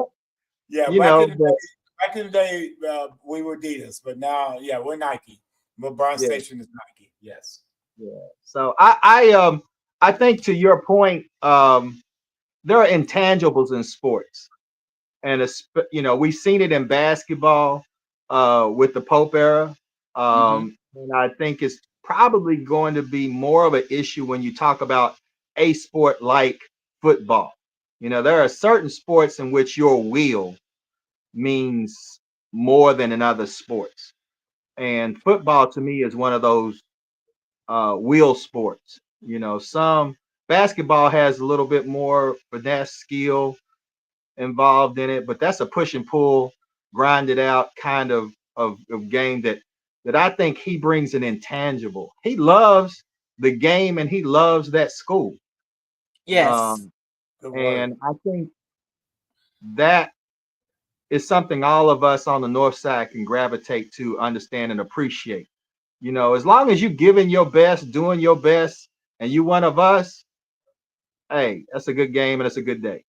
Well, and I said that to the Miss Coach wife here. I said that's the thing that when I never forget when I first started coaching, I was at Paul Lawrence Dunbar. And I never forget a northern person said when Coach Chandler came over in baseball and I left Dunbar to come, and they said, how did you get Coach Bryant to lead the Precious Dunbar? And all of a sudden, I felt the passion of Northside, Bryan Station. Yeah. And the next thing you know, I'm leaving them in football and coming over there in football as well. And I told someone this story, JW, it was this. When I left Dunbar, and I was there for 11 years, I gave away all my Dunbar stuff. The first time I left Bryan Station, you boxed it up. I boxed it up. And I was hoping I would go back to, and then also when Coach Hagan got the baseball job, I ended up coming back wearing Bryan Station. I had a jacket on. I was going like this because I had my Bryan Station jacket on, and I tell people all the time that, and I just said it on this program here, that Northside, oh my gosh, all you got to do is give them a glimpse of effort. Now, I didn't say 100% winning, because in a lot of schools, you got 100% win. They want to see grinding and effort, would you say? Well, and here's what you have to understand, too. You say North Side, and I don't think it gravitates to people, especially people that are not from Lexington, exactly what that means. Mm-hmm. When you look at, and it's a historical issue, when you look at the dividing line, the Mason-Dixon line of Lexington is Main Street. And when you look at the placement of high schools, you'll find that in terms of public high schools, you only have had one that was north of Main Street. So when you talk about half a city that is tied to. So it almost has kind of, how you watch the Sweet 16 and you see these counties come from all from various parts of the state, and the fever pitch love they have for their team, because it's the only game in town. It's the only school in town, right? And so Lexington kind of has that because North End has only had one high school.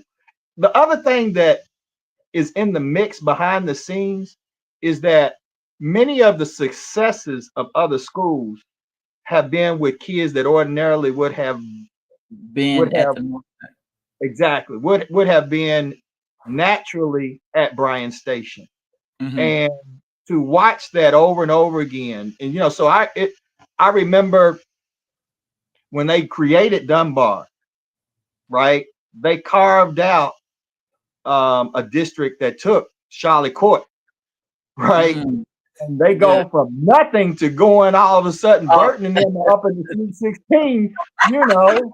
Come on now. Come on, coach. Come on. Hold on. Are you ready? Come Are on, you coach. ready? Yeah. No, you're gonna love this. You're gonna love it. This is going back. I'm running. We're on defense at Dunbar. We're doing our thing for 2 years. Blah blah blah. I get there the second year, and this is going in our third year, and all of a sudden I get a phone call, and we're struggling, and all of a sudden they go, "Coach." I go, "What's up, man?" They go, "What are you doing?" Well, I'm just trying to survive, and they go, "We got Charlotte Court in West End."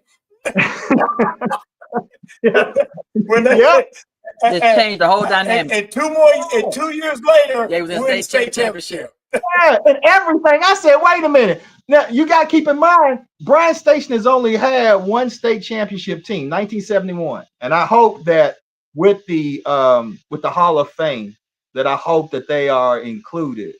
But it's hard to watch when you see Dunbar going to get a championship with your kids. And that's how it's going to be seen.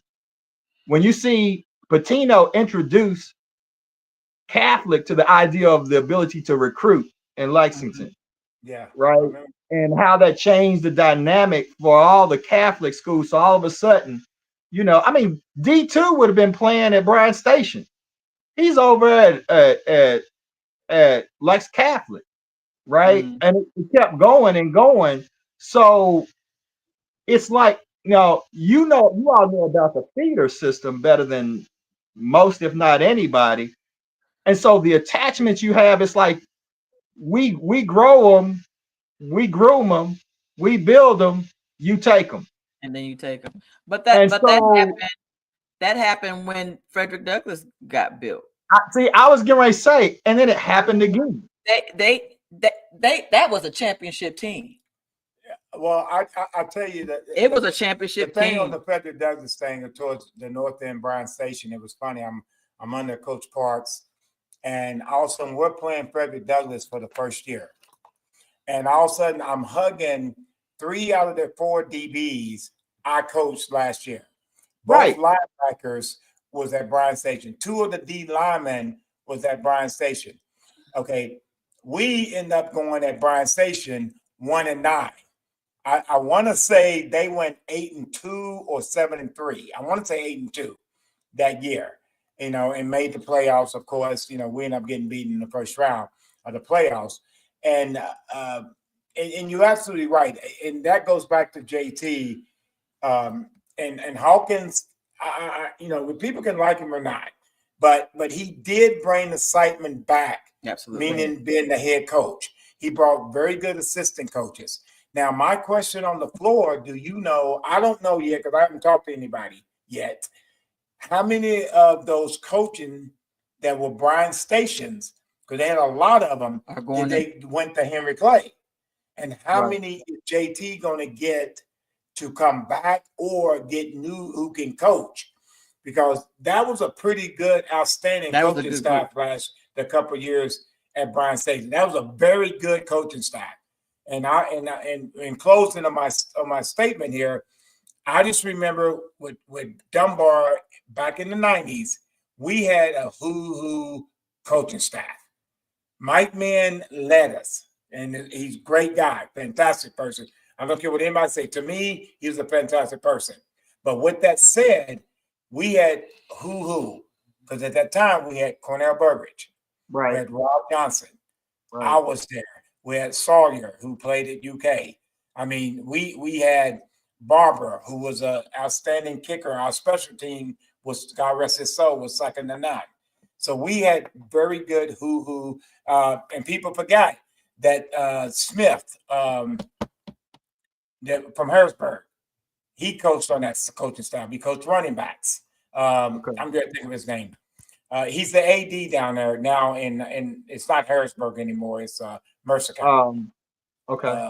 Yeah, and I'm having brain map. I can't believe I can't remember my boy's first name. So with that said, have you heard anything about coaches coming on Bryan Station, or what is your recommendation? I okay. First of all, the easy answer is no. I've not heard. I think I don't have that kind of relationship with Coach Okay. to where he's gonna be like, "Hey, Jacques," you know what I'm saying? No, just I will. conversation. I will say this though, and it's to your point. With him comes an energy, and you have a hungry fan base, and you have top tier athletes who have gone through that school and have done well. And understanding that some things are transferable. People can't miss or that Bryan Station at one point was an absolute powerhouse in track and field, Yes. right? Yes. Which kind of is like, drives so many other sports, right? Yes. And you think about the housing patterns, you find that many of their parents still live in areas that would have them qualified. Now, Mhm. okay, I'm not in athletics, so I can say what I want to say. The truth of the matter is when Fayette County went to doing more of the magnet school programs, it opened up the opportunity to do recruiting within the county. Mhm. So Louisville, Jefferson County is all selection schools, right? So athletes move around. And go wherever they want to go. Fayette County's been doing it. Come on, but now, so with I'm gonna say it. So when you talk about Carter G. Woodson, Mm-hmm. right? Now I know a lot of guys over Bryan Station were upset because when they went to Carter G. Woodson, a lot of them said, "Hey, you can do dual. You can go continue to play where you were districted, or you can go back and Right. play." But then when they got over there, they were told something different. You're Yeah. locked into Frederick Douglass.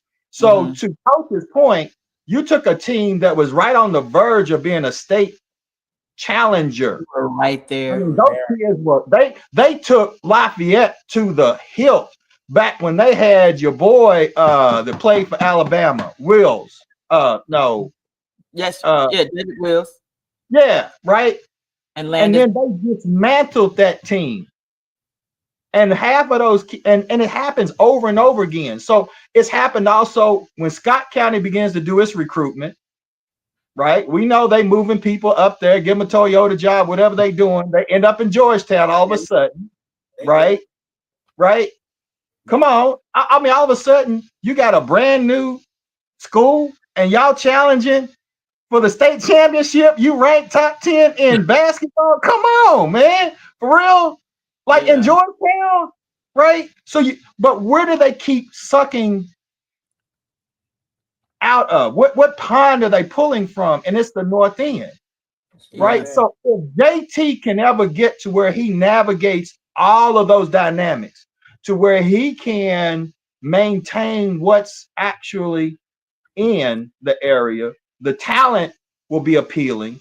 The connection between the coaches at the lower levels, I think, is going to be meaningful to Yes. impactful to advantageous to him. And I think there's a lot of guys that have been in the sport that would love to come and work for Bryan Station. I Right. think that's where the passion of the base. Especially some of the alumni. I think we will be able to formulate it may not be the names that we would think, but I think Right. he would be able to put together a formidable coaching staff. Well, I hope one of them, and the reason I was mumbling while you was talking, I apologize for that. But I'm at that age now, so you're a young pup. See, y'all young. I gotta Man, get come it out. on, man. You got all these gray hairs. I got to get it out. But with that said, is I hope Bo Johnson comes. And he used to play. He was a quarterback when I was Where's there. Bo at now? Bo, he's coaching somewhere, and I forget where he's coaching at. Yeah, I hope he comes back. I mean, this young man And I don't know if he applied for the job or not, but I just know that I hope they figure something out, because he bleeds, Bryan Station. yellow and green. He does, yellow and green. And I just had a conversation with a Bryan Station alum. And the Bryan Station alum, I had to like fronting. And I said, y'all's colors is yellow and green. It's not green and gold. It's yellow. I said, when I first came to Lexington and came to a game, y'all look like the Green Bay Packers. Right. That was color. Right. And I give you the best example. What was her name? She was a city councilman, Isaac. Teresa Isaac. Yeah, Teresa Isaac. She's a defender. Bryan Station defender. Okay. When I came over from Dunbar to Bryan Station, I designed a uniform. And the uniform was pinstripe blue. And it had no green or yellow in it. She saw me. And she said, Coach, our colors is green and yellow. And she said, what is up with the blue? That is our third color. Yeah, I was gonna say it is our color of Bryan Station. It's the third. And but it's an accent. We were it now. We were it now. But her point was, throw your little blue in, but do not forget the colors. And that's what JT's going to bring is if you forget, this is my hometown. This is my home city. This is my home school. That's what, and I'm promoting. I hope he does. I hope he's contacted Johnson, Bo. He's a great young man. He's an educated young man. He was one of the top. He was our quarterback. He's stationed through and through. He's a great young man. And I'm going to tell you what. I hope you reach out to him and tell him that. I mean, the thing you got to remember is for him, it was probably a sudden decision that was made. I mean, the whole thing to me, I was surprised that the coach left. I was surprised he went to another district school. I mean, so in that, I will say, I can almost guarantee without knowing that he has dreamed of this day and what I would do. Right. Yeah. At the same time, there is the actual when it comes to the coaching staff, you probably have to look at what's available at this time, Right. and view that more afresh than what it is you have in mind for your whole schematics. Your offense, defense, your whole how you want things to end up, but who's actually going to be in charge of making that vision come to play as you see it is going to depend upon who's available. Right. Yeah. Well, I think it would be helpful. Because I would like Cornell to pull his son out of the son LCA and he's go doing his back. thing. My only thing would be is my relationship with the head baseball coach at Bryan Station is more than just baseball. We have a buddy friendship, love. I mean, we call each other and say, hey man, what are you doing? Nothing. All right, just to let you know, I love you. Love you. Okay, I'm not saying that their relationship, meaning Hawkins and JT like that, but I know that they were very close friends besides coaching, and I think when that first popped in his head when that job came up, it wouldn't have surprised me if them two were having a conversation. It would not surprise. I'm not saying I know they did that or did not do that. I'm just saying if Hagan decided he was leaving Bryan Station, I would be the second person to know because of our friendship. That's what I mean. Because our friendship is more than just sports, more than just the school system. And it would not surprise me if they already communicated with that, if Hawkins didn't, because Hawkins did groom him, to my understanding, by other people, because Haskins did a lot of the practices. He did a lot of the scheming. And I just go back, and I said this earlier, with Mike Mann, when I was at Dunbar, Mike Mann did that to me. I did a lot of stuff that people didn't realize I was doing because he was grooming me to be a head coach. Because you can't just say, I'm a head coach. There's a lot of stuff that goes through it, a lot. I hope that, based upon you and what I know about you, and I hope that you find a way in the North Side somehow, some way.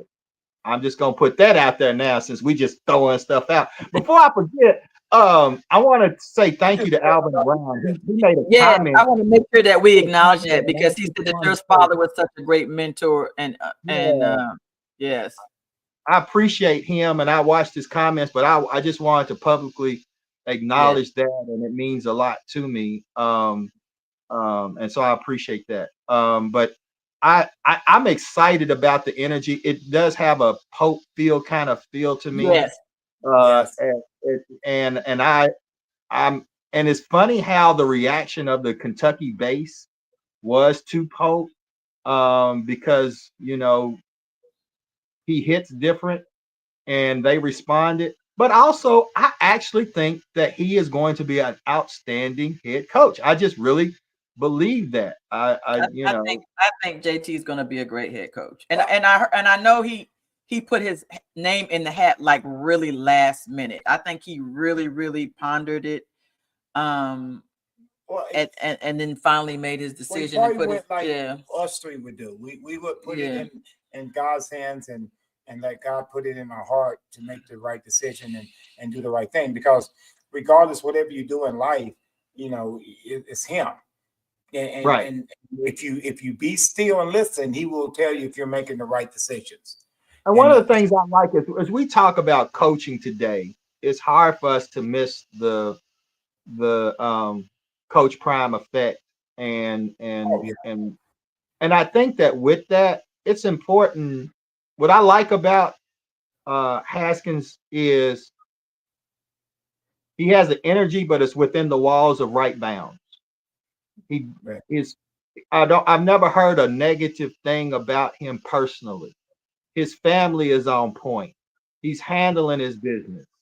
I mean, the intangibles outside of the field, I think, are important for a school like Bryan Station, that's dealing with the images that it's had to deal with historically.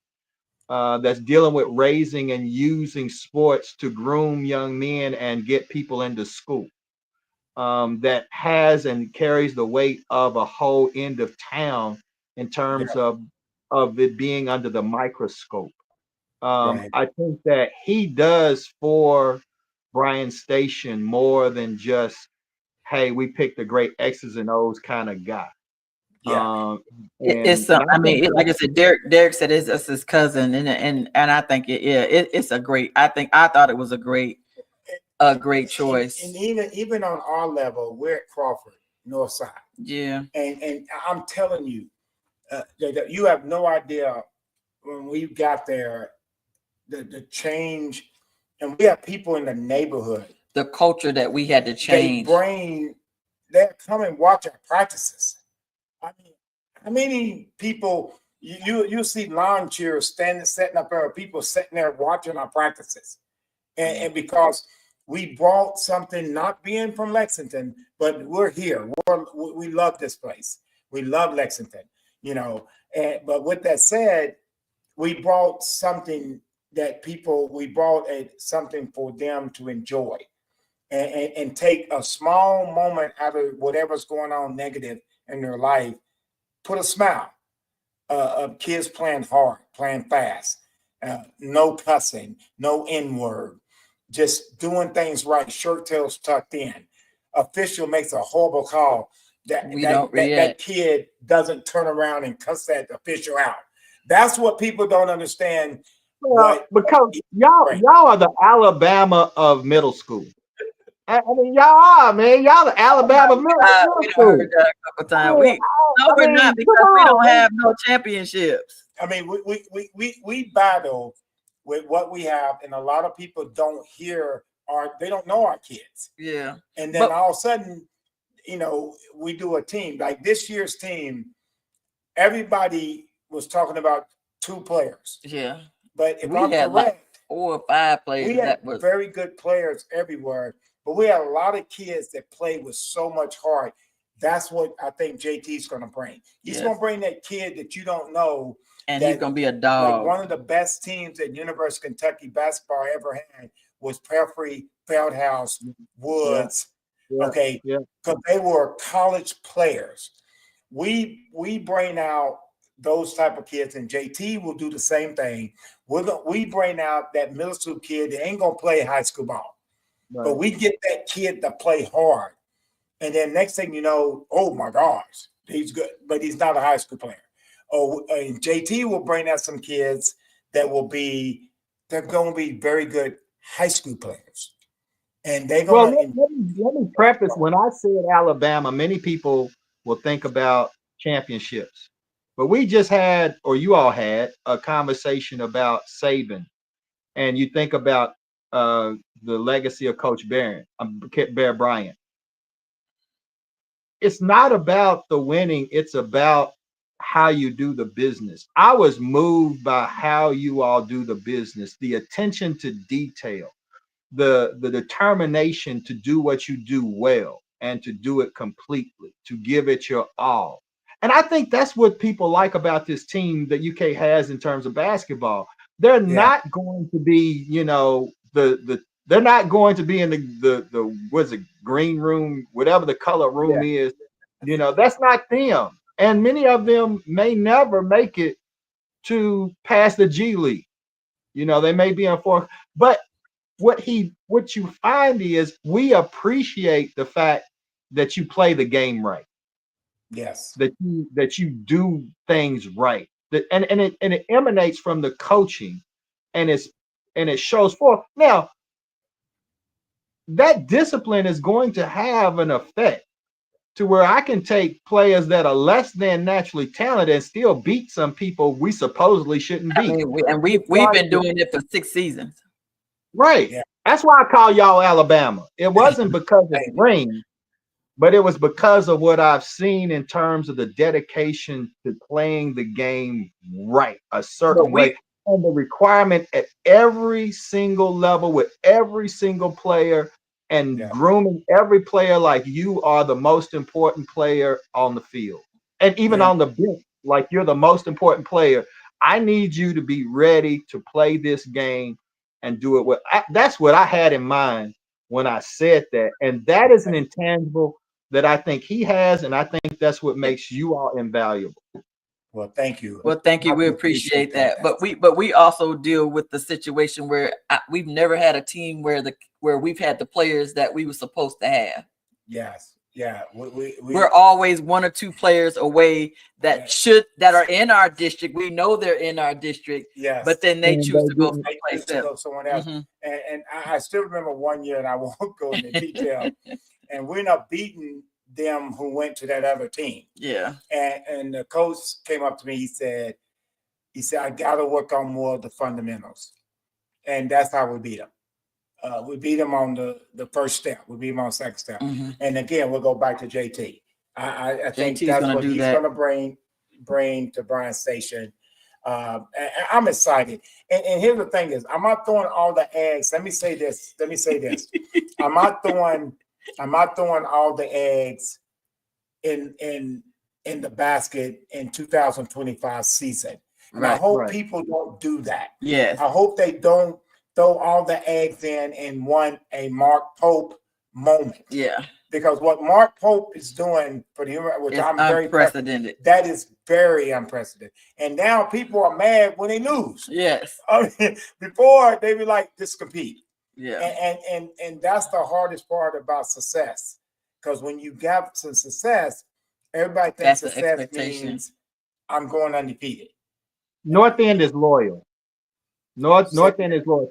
If you think about the history of what you talked about, how you go from and you all mentioned it on the show, every time you have where these great recruitment waves impact the North End.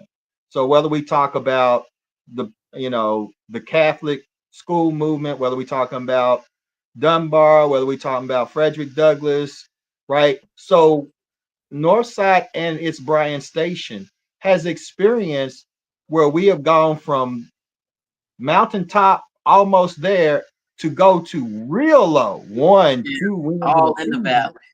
and we stay there. You know, we stay there. We don't move coaches. Now, administration may move coaches, but we don't move coaches. If you think about going back historically, I mean, Phuket was at Bryan Station for 20 something years. He could win and he could, you know, I mean, I think that I don't think that's a concern. I think that there be expectations, will there be hopes, will there be, of course, and he'll just have to, you know, weather that storm. But that's one of those things when you have a vision, then you stick to your vision and you see it through. And I think he'll do that. But like I said, I'm sure that he's going to rally some people who have been there before. I think there will be people who want to come and support him. All right. No, I'm laughing at. No, we were laughing. Did you see what Mr. Brown said? He said we lost games with Kansas City Chiefs refs. We did. We did. Our last game was brutal. We've tried not to talk about it. Gotta go. Hey, I always end, if you listen, I always leave and let her close it down with whoever's on. I appreciate you coming on. Like I said, you know, we go way back. You know, and I would compliment you, and you would go, no. You, and I mean this. You're an amazing person. We love your contribution to the community. I mean, in real talk, man. I mean, I can't. The words is not coming out. I'm very educated, but the words are not coming out to let you know how much you are to this community, to us, to Black people here in Lexington, all people in Lexington, not just isolating one individual race. And I know your kids are very proud of you. They have to be, because I know I am, and I'm not one of your kids. so I am very proud of you and what you've done in this community, and your word means a lot. And I don't understand how come you ain't ran for mayor. Okay. Oh, man. Hey, I'm just glad y'all let me come and talk about sports. Don't nobody let me come and talk about sports. Y'all all right with me. Did you not hear that last comment? Yeah, I know. I broke it down. Okay, I'm gonna go this way. Yeah. All right. I love you, babe. Love you too. Thanks, babe. So my thing that I want to talk to you about too is that I have established a relationship with Kentucky State, and I thought that they did a great job. I thought Coach Felton is doing a great job. I'm Huggins. I'm sorry, I don't mean to call him by his first name. Coach Huggins has done a great job. They ended they started off rocky. They ended their season. I think winning their last 4 or 5 games. I think. Yeah. Yeah. So I think but what I would like to see for Lexington, for me, for sports is, especially for JT, is I want to see a player from Bryan Station represented on every college campus in the state of Kentucky. And I think that we can make that happen for him. I agree wholeheartedly. And I think K-State, what K-State has to understand is that based upon its situation, it has to have and I think the legislature has made that clear to them too. It has to be a school that's made up of Kentucky students. And you can get the fan base to show up. And that's what I was going to say. You're not going to have where people show up and build that program the way it needs to be without having people show up, and they will not show up unless it's their kids. And I think that it's set up to be a great place for talent that comes out of Hoptown, Louisville, and Lexington. Absolutely. To find a landing place where people, and especially Louisville and Lexington, where people can drive and see a game. Yes. You know, and how that's been missed on coaching staffs there before, I don't know. I remember Cornell was there. He did an excellent job, had a great record, turned it around. But you had Lexington students there. You had Louisville students there. You were able to recruit out of Kentucky. So I'm with you wholeheartedly. Yes. Well, I know the main recruiting coordinator for Kentucky. I mean, and he allows me to go through his list, or he'll send me his database and he'll allow me to give my feedback on, or I'll tell him, hey, is this particular player on your list? Because as far as I know, he doesn't have any offers, and I'm not understanding why he don't have offers. Now, I've also sent kids to him, and then I don't understand this. A lot of kids have this D1 or bust mentality, where if they're not going D1, that they feel like they're not doing anything. Coach Tony Chisholm was on here, and he said he had a player that got a full ride scholarship to center, but because it wasn't D1, he didn't want to go. And I'm like, well, I don't get I that. think And so that's part of it, part of it too, that you're yeah, going to go where you're wanted and where you're fit. Um and I think one of my best friends is a college coach and an NFL coach, and he said, well, before the portal got out of control the way it is now, when kids went into the portal before, it was because they were away from home, right. and they didn't have that support. So I think we have enough schools here where we should be able to keep our kids in town, in state, and we just have to establish those relationships. And I'm willing to be that. I'm Well, willing to I be think the that, recruiting coordinator for the whole city of Lexington. If that's what I need to, if that's what I need to do to help these kids to get in school. Because right now with NIL, there's so many opportunities right now. It's bananas. I think one of the problems that you have, and you would be best situated to address it probably than anybody I can think of in town, is that we have to have real conversations with our kids, right? Like I had a parent, for example, daughter, phenomenal volleyball player. Uh, she got D1 scholarship offers, right? And her mother's calling me and saying, "Hey, what do you think she should do?" She had an offer from Tennessee. She had an offer from Duke. I said, "Well, let me ask you this: Do you plan on your daughter going pro in volleyball?" She said, "No, not really." I said, "Then what you're talking about is a scholarship from Duke is worth $250,000. A scholarship from Tennessee is worth A hundred $70,000." Yeah, thousand, yeah, I said, 80,000, yeah. I said, to me, it's a no-brainer. Because When now you get it's all about getting a free education and a great right, education. I and I mean, think that the Duke is just a step NIL, down from an Ivy League school. right, exactly, right, and that was my point. My point is, Yeah.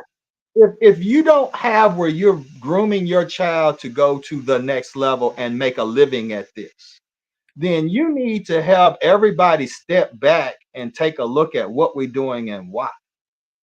Keeping in mind that every child who goes on an athletic scholarship is going to have two jobs, where a child who's going on an academic scholarship has one. One job. Child on Yeah, an academic absolutely. scholarship has one job: go to class. Go to That kid class. on But when the you have on a the yes, you right, got and two I'm jobs. saying, so we got to have like real conversation about what we're doing and why. And I think NIL muddies the water to have that conversation, because everybody now got big dreams Got big about dreams, making, and yeah, when you see Carson Beck getting a $10 million, and the kid from Tulane going to Duke for $7 million, and then you see what's the basketball guy go to where is he going for for a $7 million million to dollars. Michigan? To Yeah, seven, to so you're like, to oh my God. BYU. Yeah, the kid Oh, going to for BYU, BYU. yeah, BYU for But 7 million. but Yeah. but to your point, those are not the norm. We got to have a No. conversation with our parents and saying what we're after is trying to ensure that your kid starts off with a solid financial foundation, that So they can go and get a degree, they can come out not owing money, they can have where that degree means what it means and enables them to go professional, as the advertisement says, in something else. And yes. if we don't have that conversation, our children are making unreasonable decisions, and it's being fueled by, unfortunately, parents. And so if Yes. it was to me, I have a whole different conversation about that.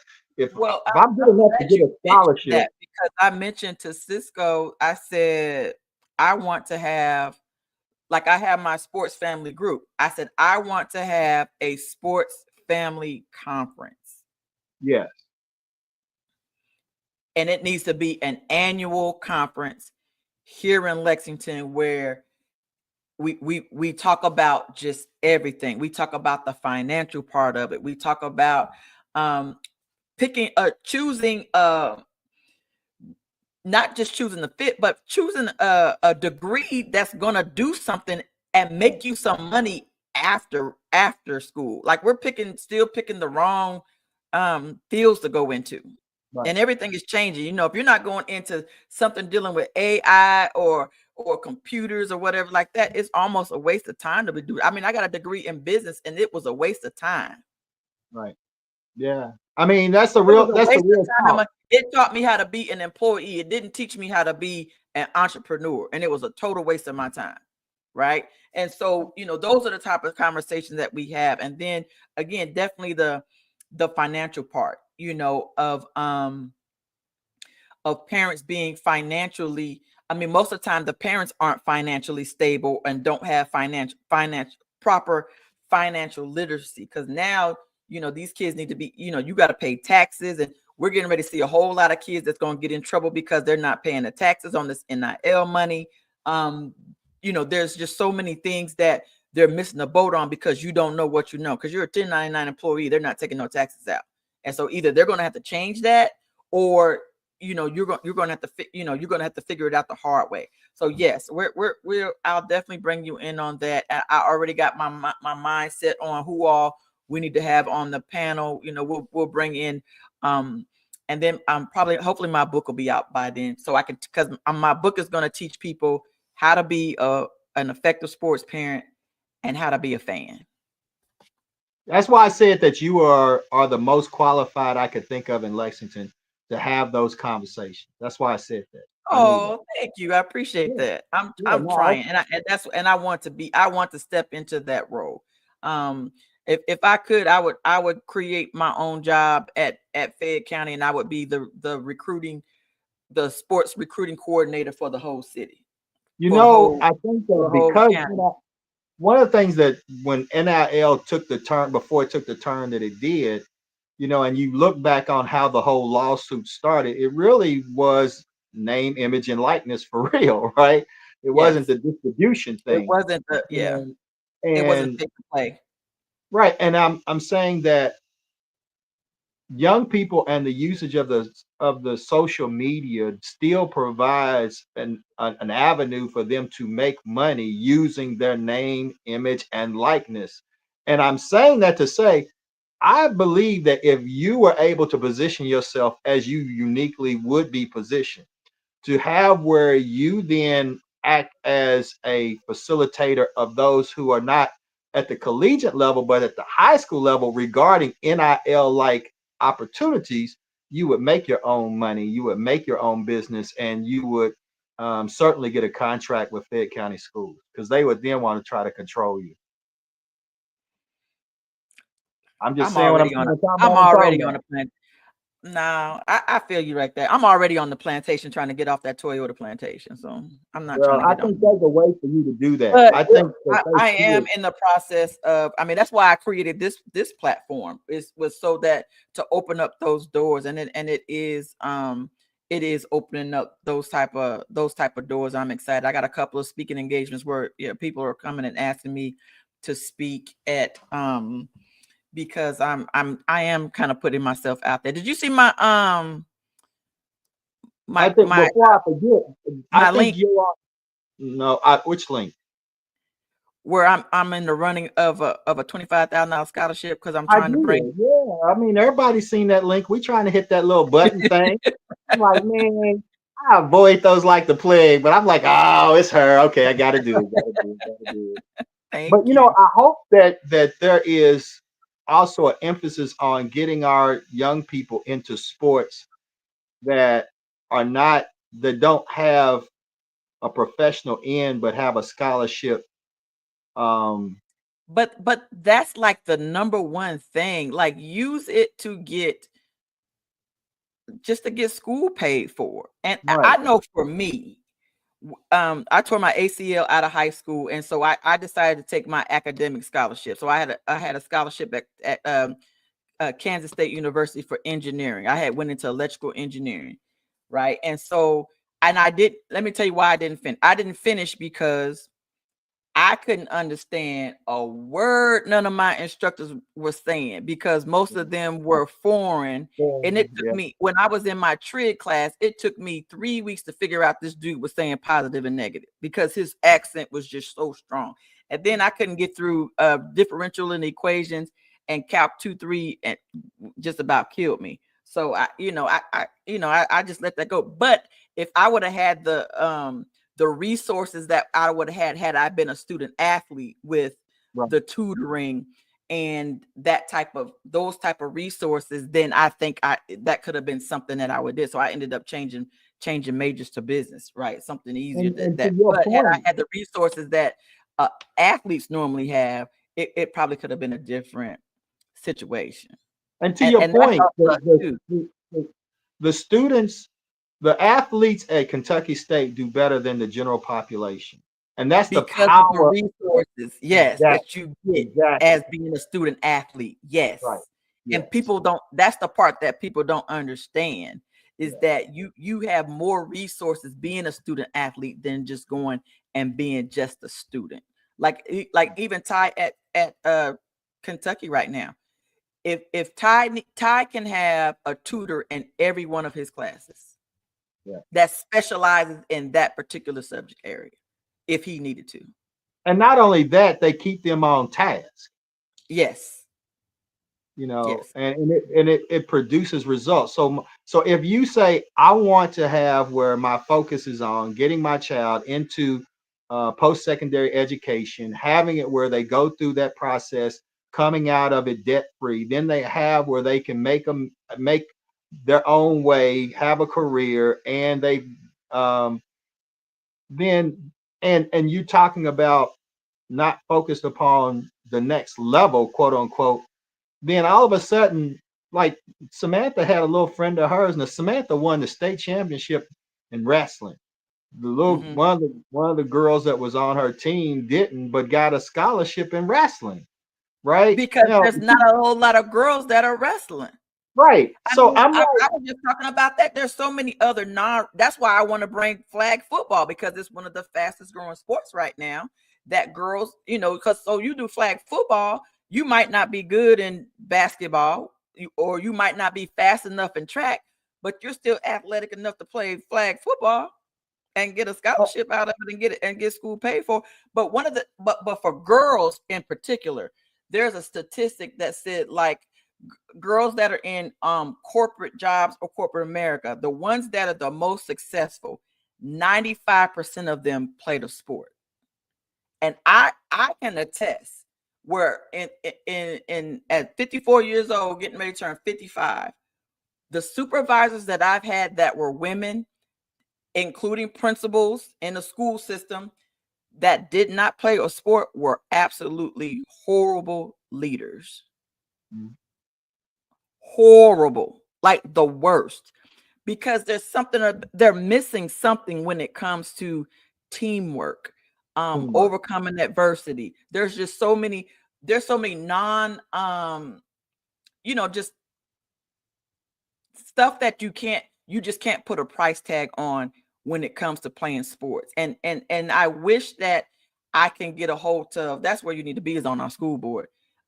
We need somebody that's sport oriented, I know, on our school board to understand that athletics drives academics. And if you're not athletically inclined, you just don't get that. You miss that whole you just miss that whole dynamic. And so when you're in leadership position and you're not you because you're educated, you think you know, but you don't know because you're missing a whole different perspective because you didn't play a sport. I agree. I agree, and I look forward to your conference and what it can mean for our young people, because The key But just has to be, educating parents. yeah, the key has to be about finances and economics and getting our, especially now with the executive orders that have just been signed, right? You're gonna have to find another way. You're You're gonna have gonna to have to find find another another way way. because you're getting ready to get shunned out of jobs because they're not putting things in place to make things equal. So now now everybody's got so my real name real name is Tarangela. When I tell you I had to stop putting Tarangela on resumes because if when I was looking for a job, and then when I started putting Terry, things Yeah, changed, yeah. right? And The so if struggle is you have real. an African American or foreign sounding name that's different, you're automatically just looked over. Yeah, and we have to, and to And now Alvin's that things point, are now that you're taking away all the DEI and you're taking away all of that stuff is getting taken away, it's getting ready to be worse as far as going into. So you've got to, so to me, if I don't know. I think the whole school, all of our systems need to be changed. I don't understand why trade schools aren't more prevalent than colleges and universities. well, what you're Because gonna see is you're gonna see us go back to why it is that you right, had the land grant institutions in the beginning. And so you're going to see where our students begin to gravitate back to those schools. You're gonna find that they are going to be a bit locked in because the land grant has its own legal protections that while okay, nothing is in a totally safe zone, they are going to be in a different category. And so, you know, we're going to have to educate our young people to think differently about sports and to understand that it's a means to an end as opposed to an end that has a means. And that is something we need to start doing now. And that's my point to you and with the conference and whatever. But at the same time, your disadvantage can be to your advantage because um, having to where I know being a graduate of UK and of Kentucky State University, the thing I appreciate about Kentucky State was that it was the one time in my life I knew I was challenged and I was assessed based upon my merits. right. And that then helped ground me as to who I am. And so when other situations and people came to challenge that, I could always land on that foundation and push off from it. I know what I can do. I know who I Absolutely. am. And I think that it can be a very valuable possibility, but we're going to have to retrain and rethink things. We're going to have to retrain our young people and rethink what we put Well, emphasis on. I'll tell you what trend that I like that's setting us up for exactly what you just said is Michael Vick getting hired at Mm. wherever he was at in Yeah, Virginia. right. Deshaun Jack being hired at where's he at? Delaware, wherever he's at. Yeah. You know, Um, Jackson State just winning a championship that because Dion started there and they still yeah, was able to take whatever that he had started and still was able to get a national championship out of that despite him leaving. But and Eddie George being at Tennessee TSU. State.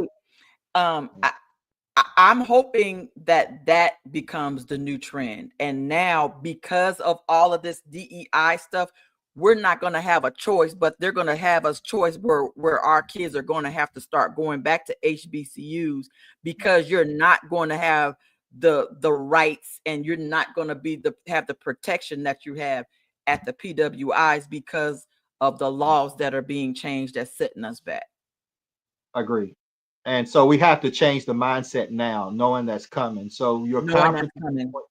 and preparing people to rethink on, you've been marketed to believe that this is better than that. You've been everybody's subject to marketing.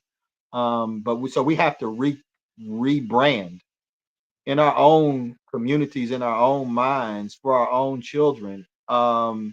And also use sports be the new way that we are still able to get into schools that historically we weren't able to get into. Able So to we get got to into. do both of those. We just have to be thoughtful, strategic. But I think it. I think there's still an opportunity to take advantage of a disadvantage. Absolutely. That is. I mean that we're built for that. We've overcome adversity for years, and we always figure out how to get around whatever it is that we got to get around. But that's what I foresee seeing it. And like you said, when we do the conference, those are the conversations that they might not like to hear that, but I feel 6 months from now, whenever we have it, it'll become a reality, and people will see.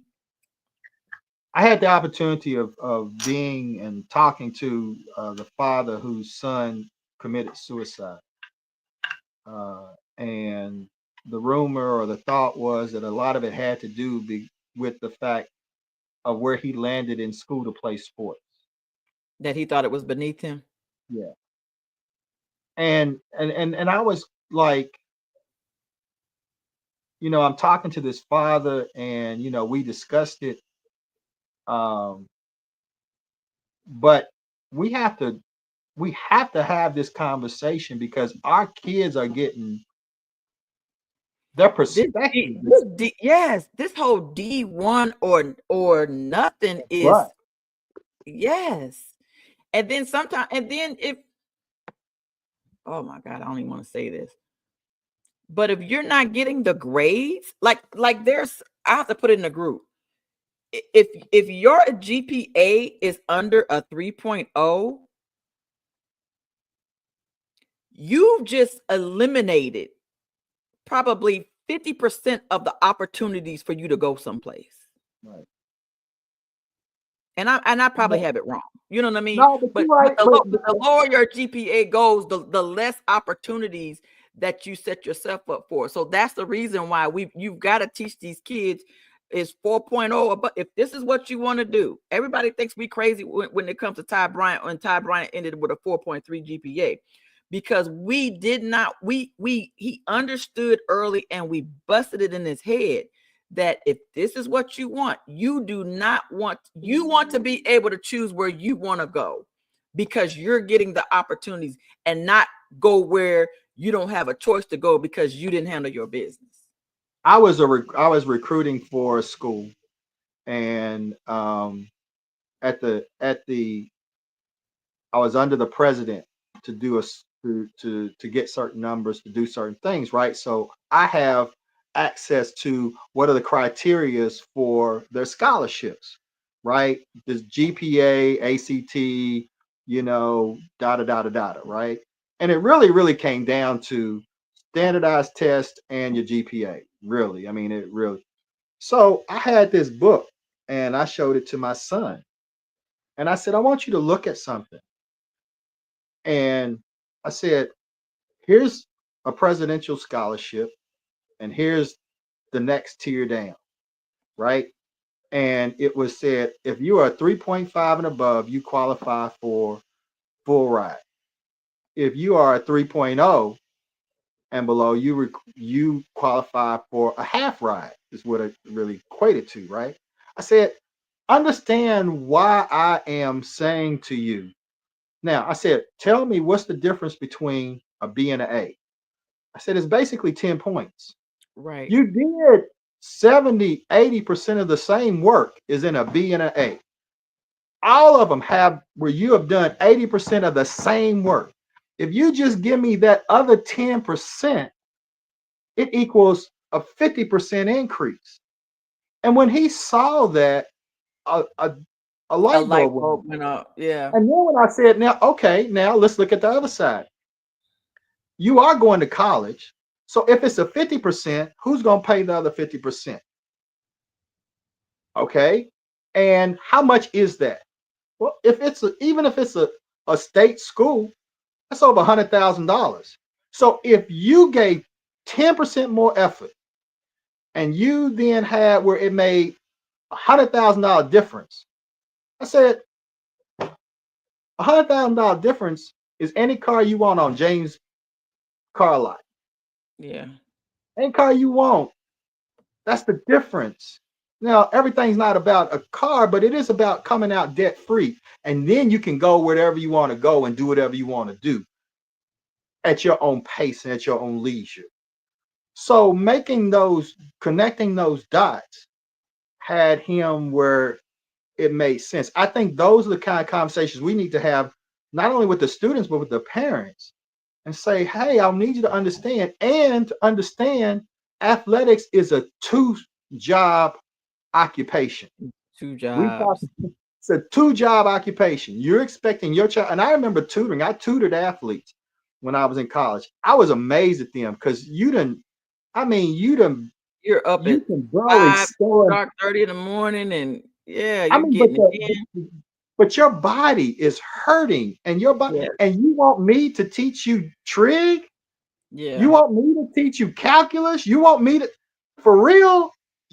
I was like, y'all better than I am.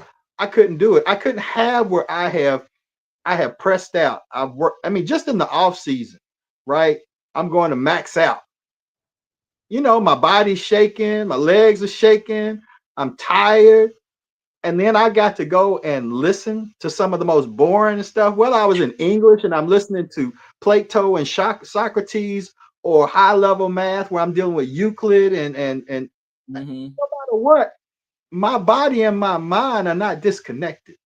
Yeah. And so understanding that, I think sometimes we expect superheroes. And I'm like, when you watch those kids and they got 4.0s and they doing that, they have tutors, but they also have a discipline that Yeah, we is were proud when Ty and Dane both were named to whatever that academic award or whatever, and we were just in awe I because saw that. That was the poster. To me, that I saw that. That was the poster that needs to be on a billboard on Newtown Pike. absolutely, especially with Y'all Dane, and even though Dane's gone, it still needs to be on there because you got the two local kids, Y'all have no idea what it took for that. and y'all have no idea what it took for them to. My phone is shutting down. All right. Well, I'll let you go. Mr. Brown said, is it plausible that the 7,000 athletes that entered the transfer portal had their grades adjusted to satisfy enrollment? Yeah, I think so, Mr. Brown. I don't know, because they just willy-nilly just go anywhere. So I don't know. Anyway, y'all, thank you so much. I appreciate y'all. Make sure y'all vote every day for me. Make sure you go to Hits and Heels on the YouTube and subscribe. Go to my Hits and Heels Facebook and like it and share it and put it out there, because this was a great show. 2.5 hours, Mr. Brown. Me and you always on for 2 hours. Anyway, y'all have a good one.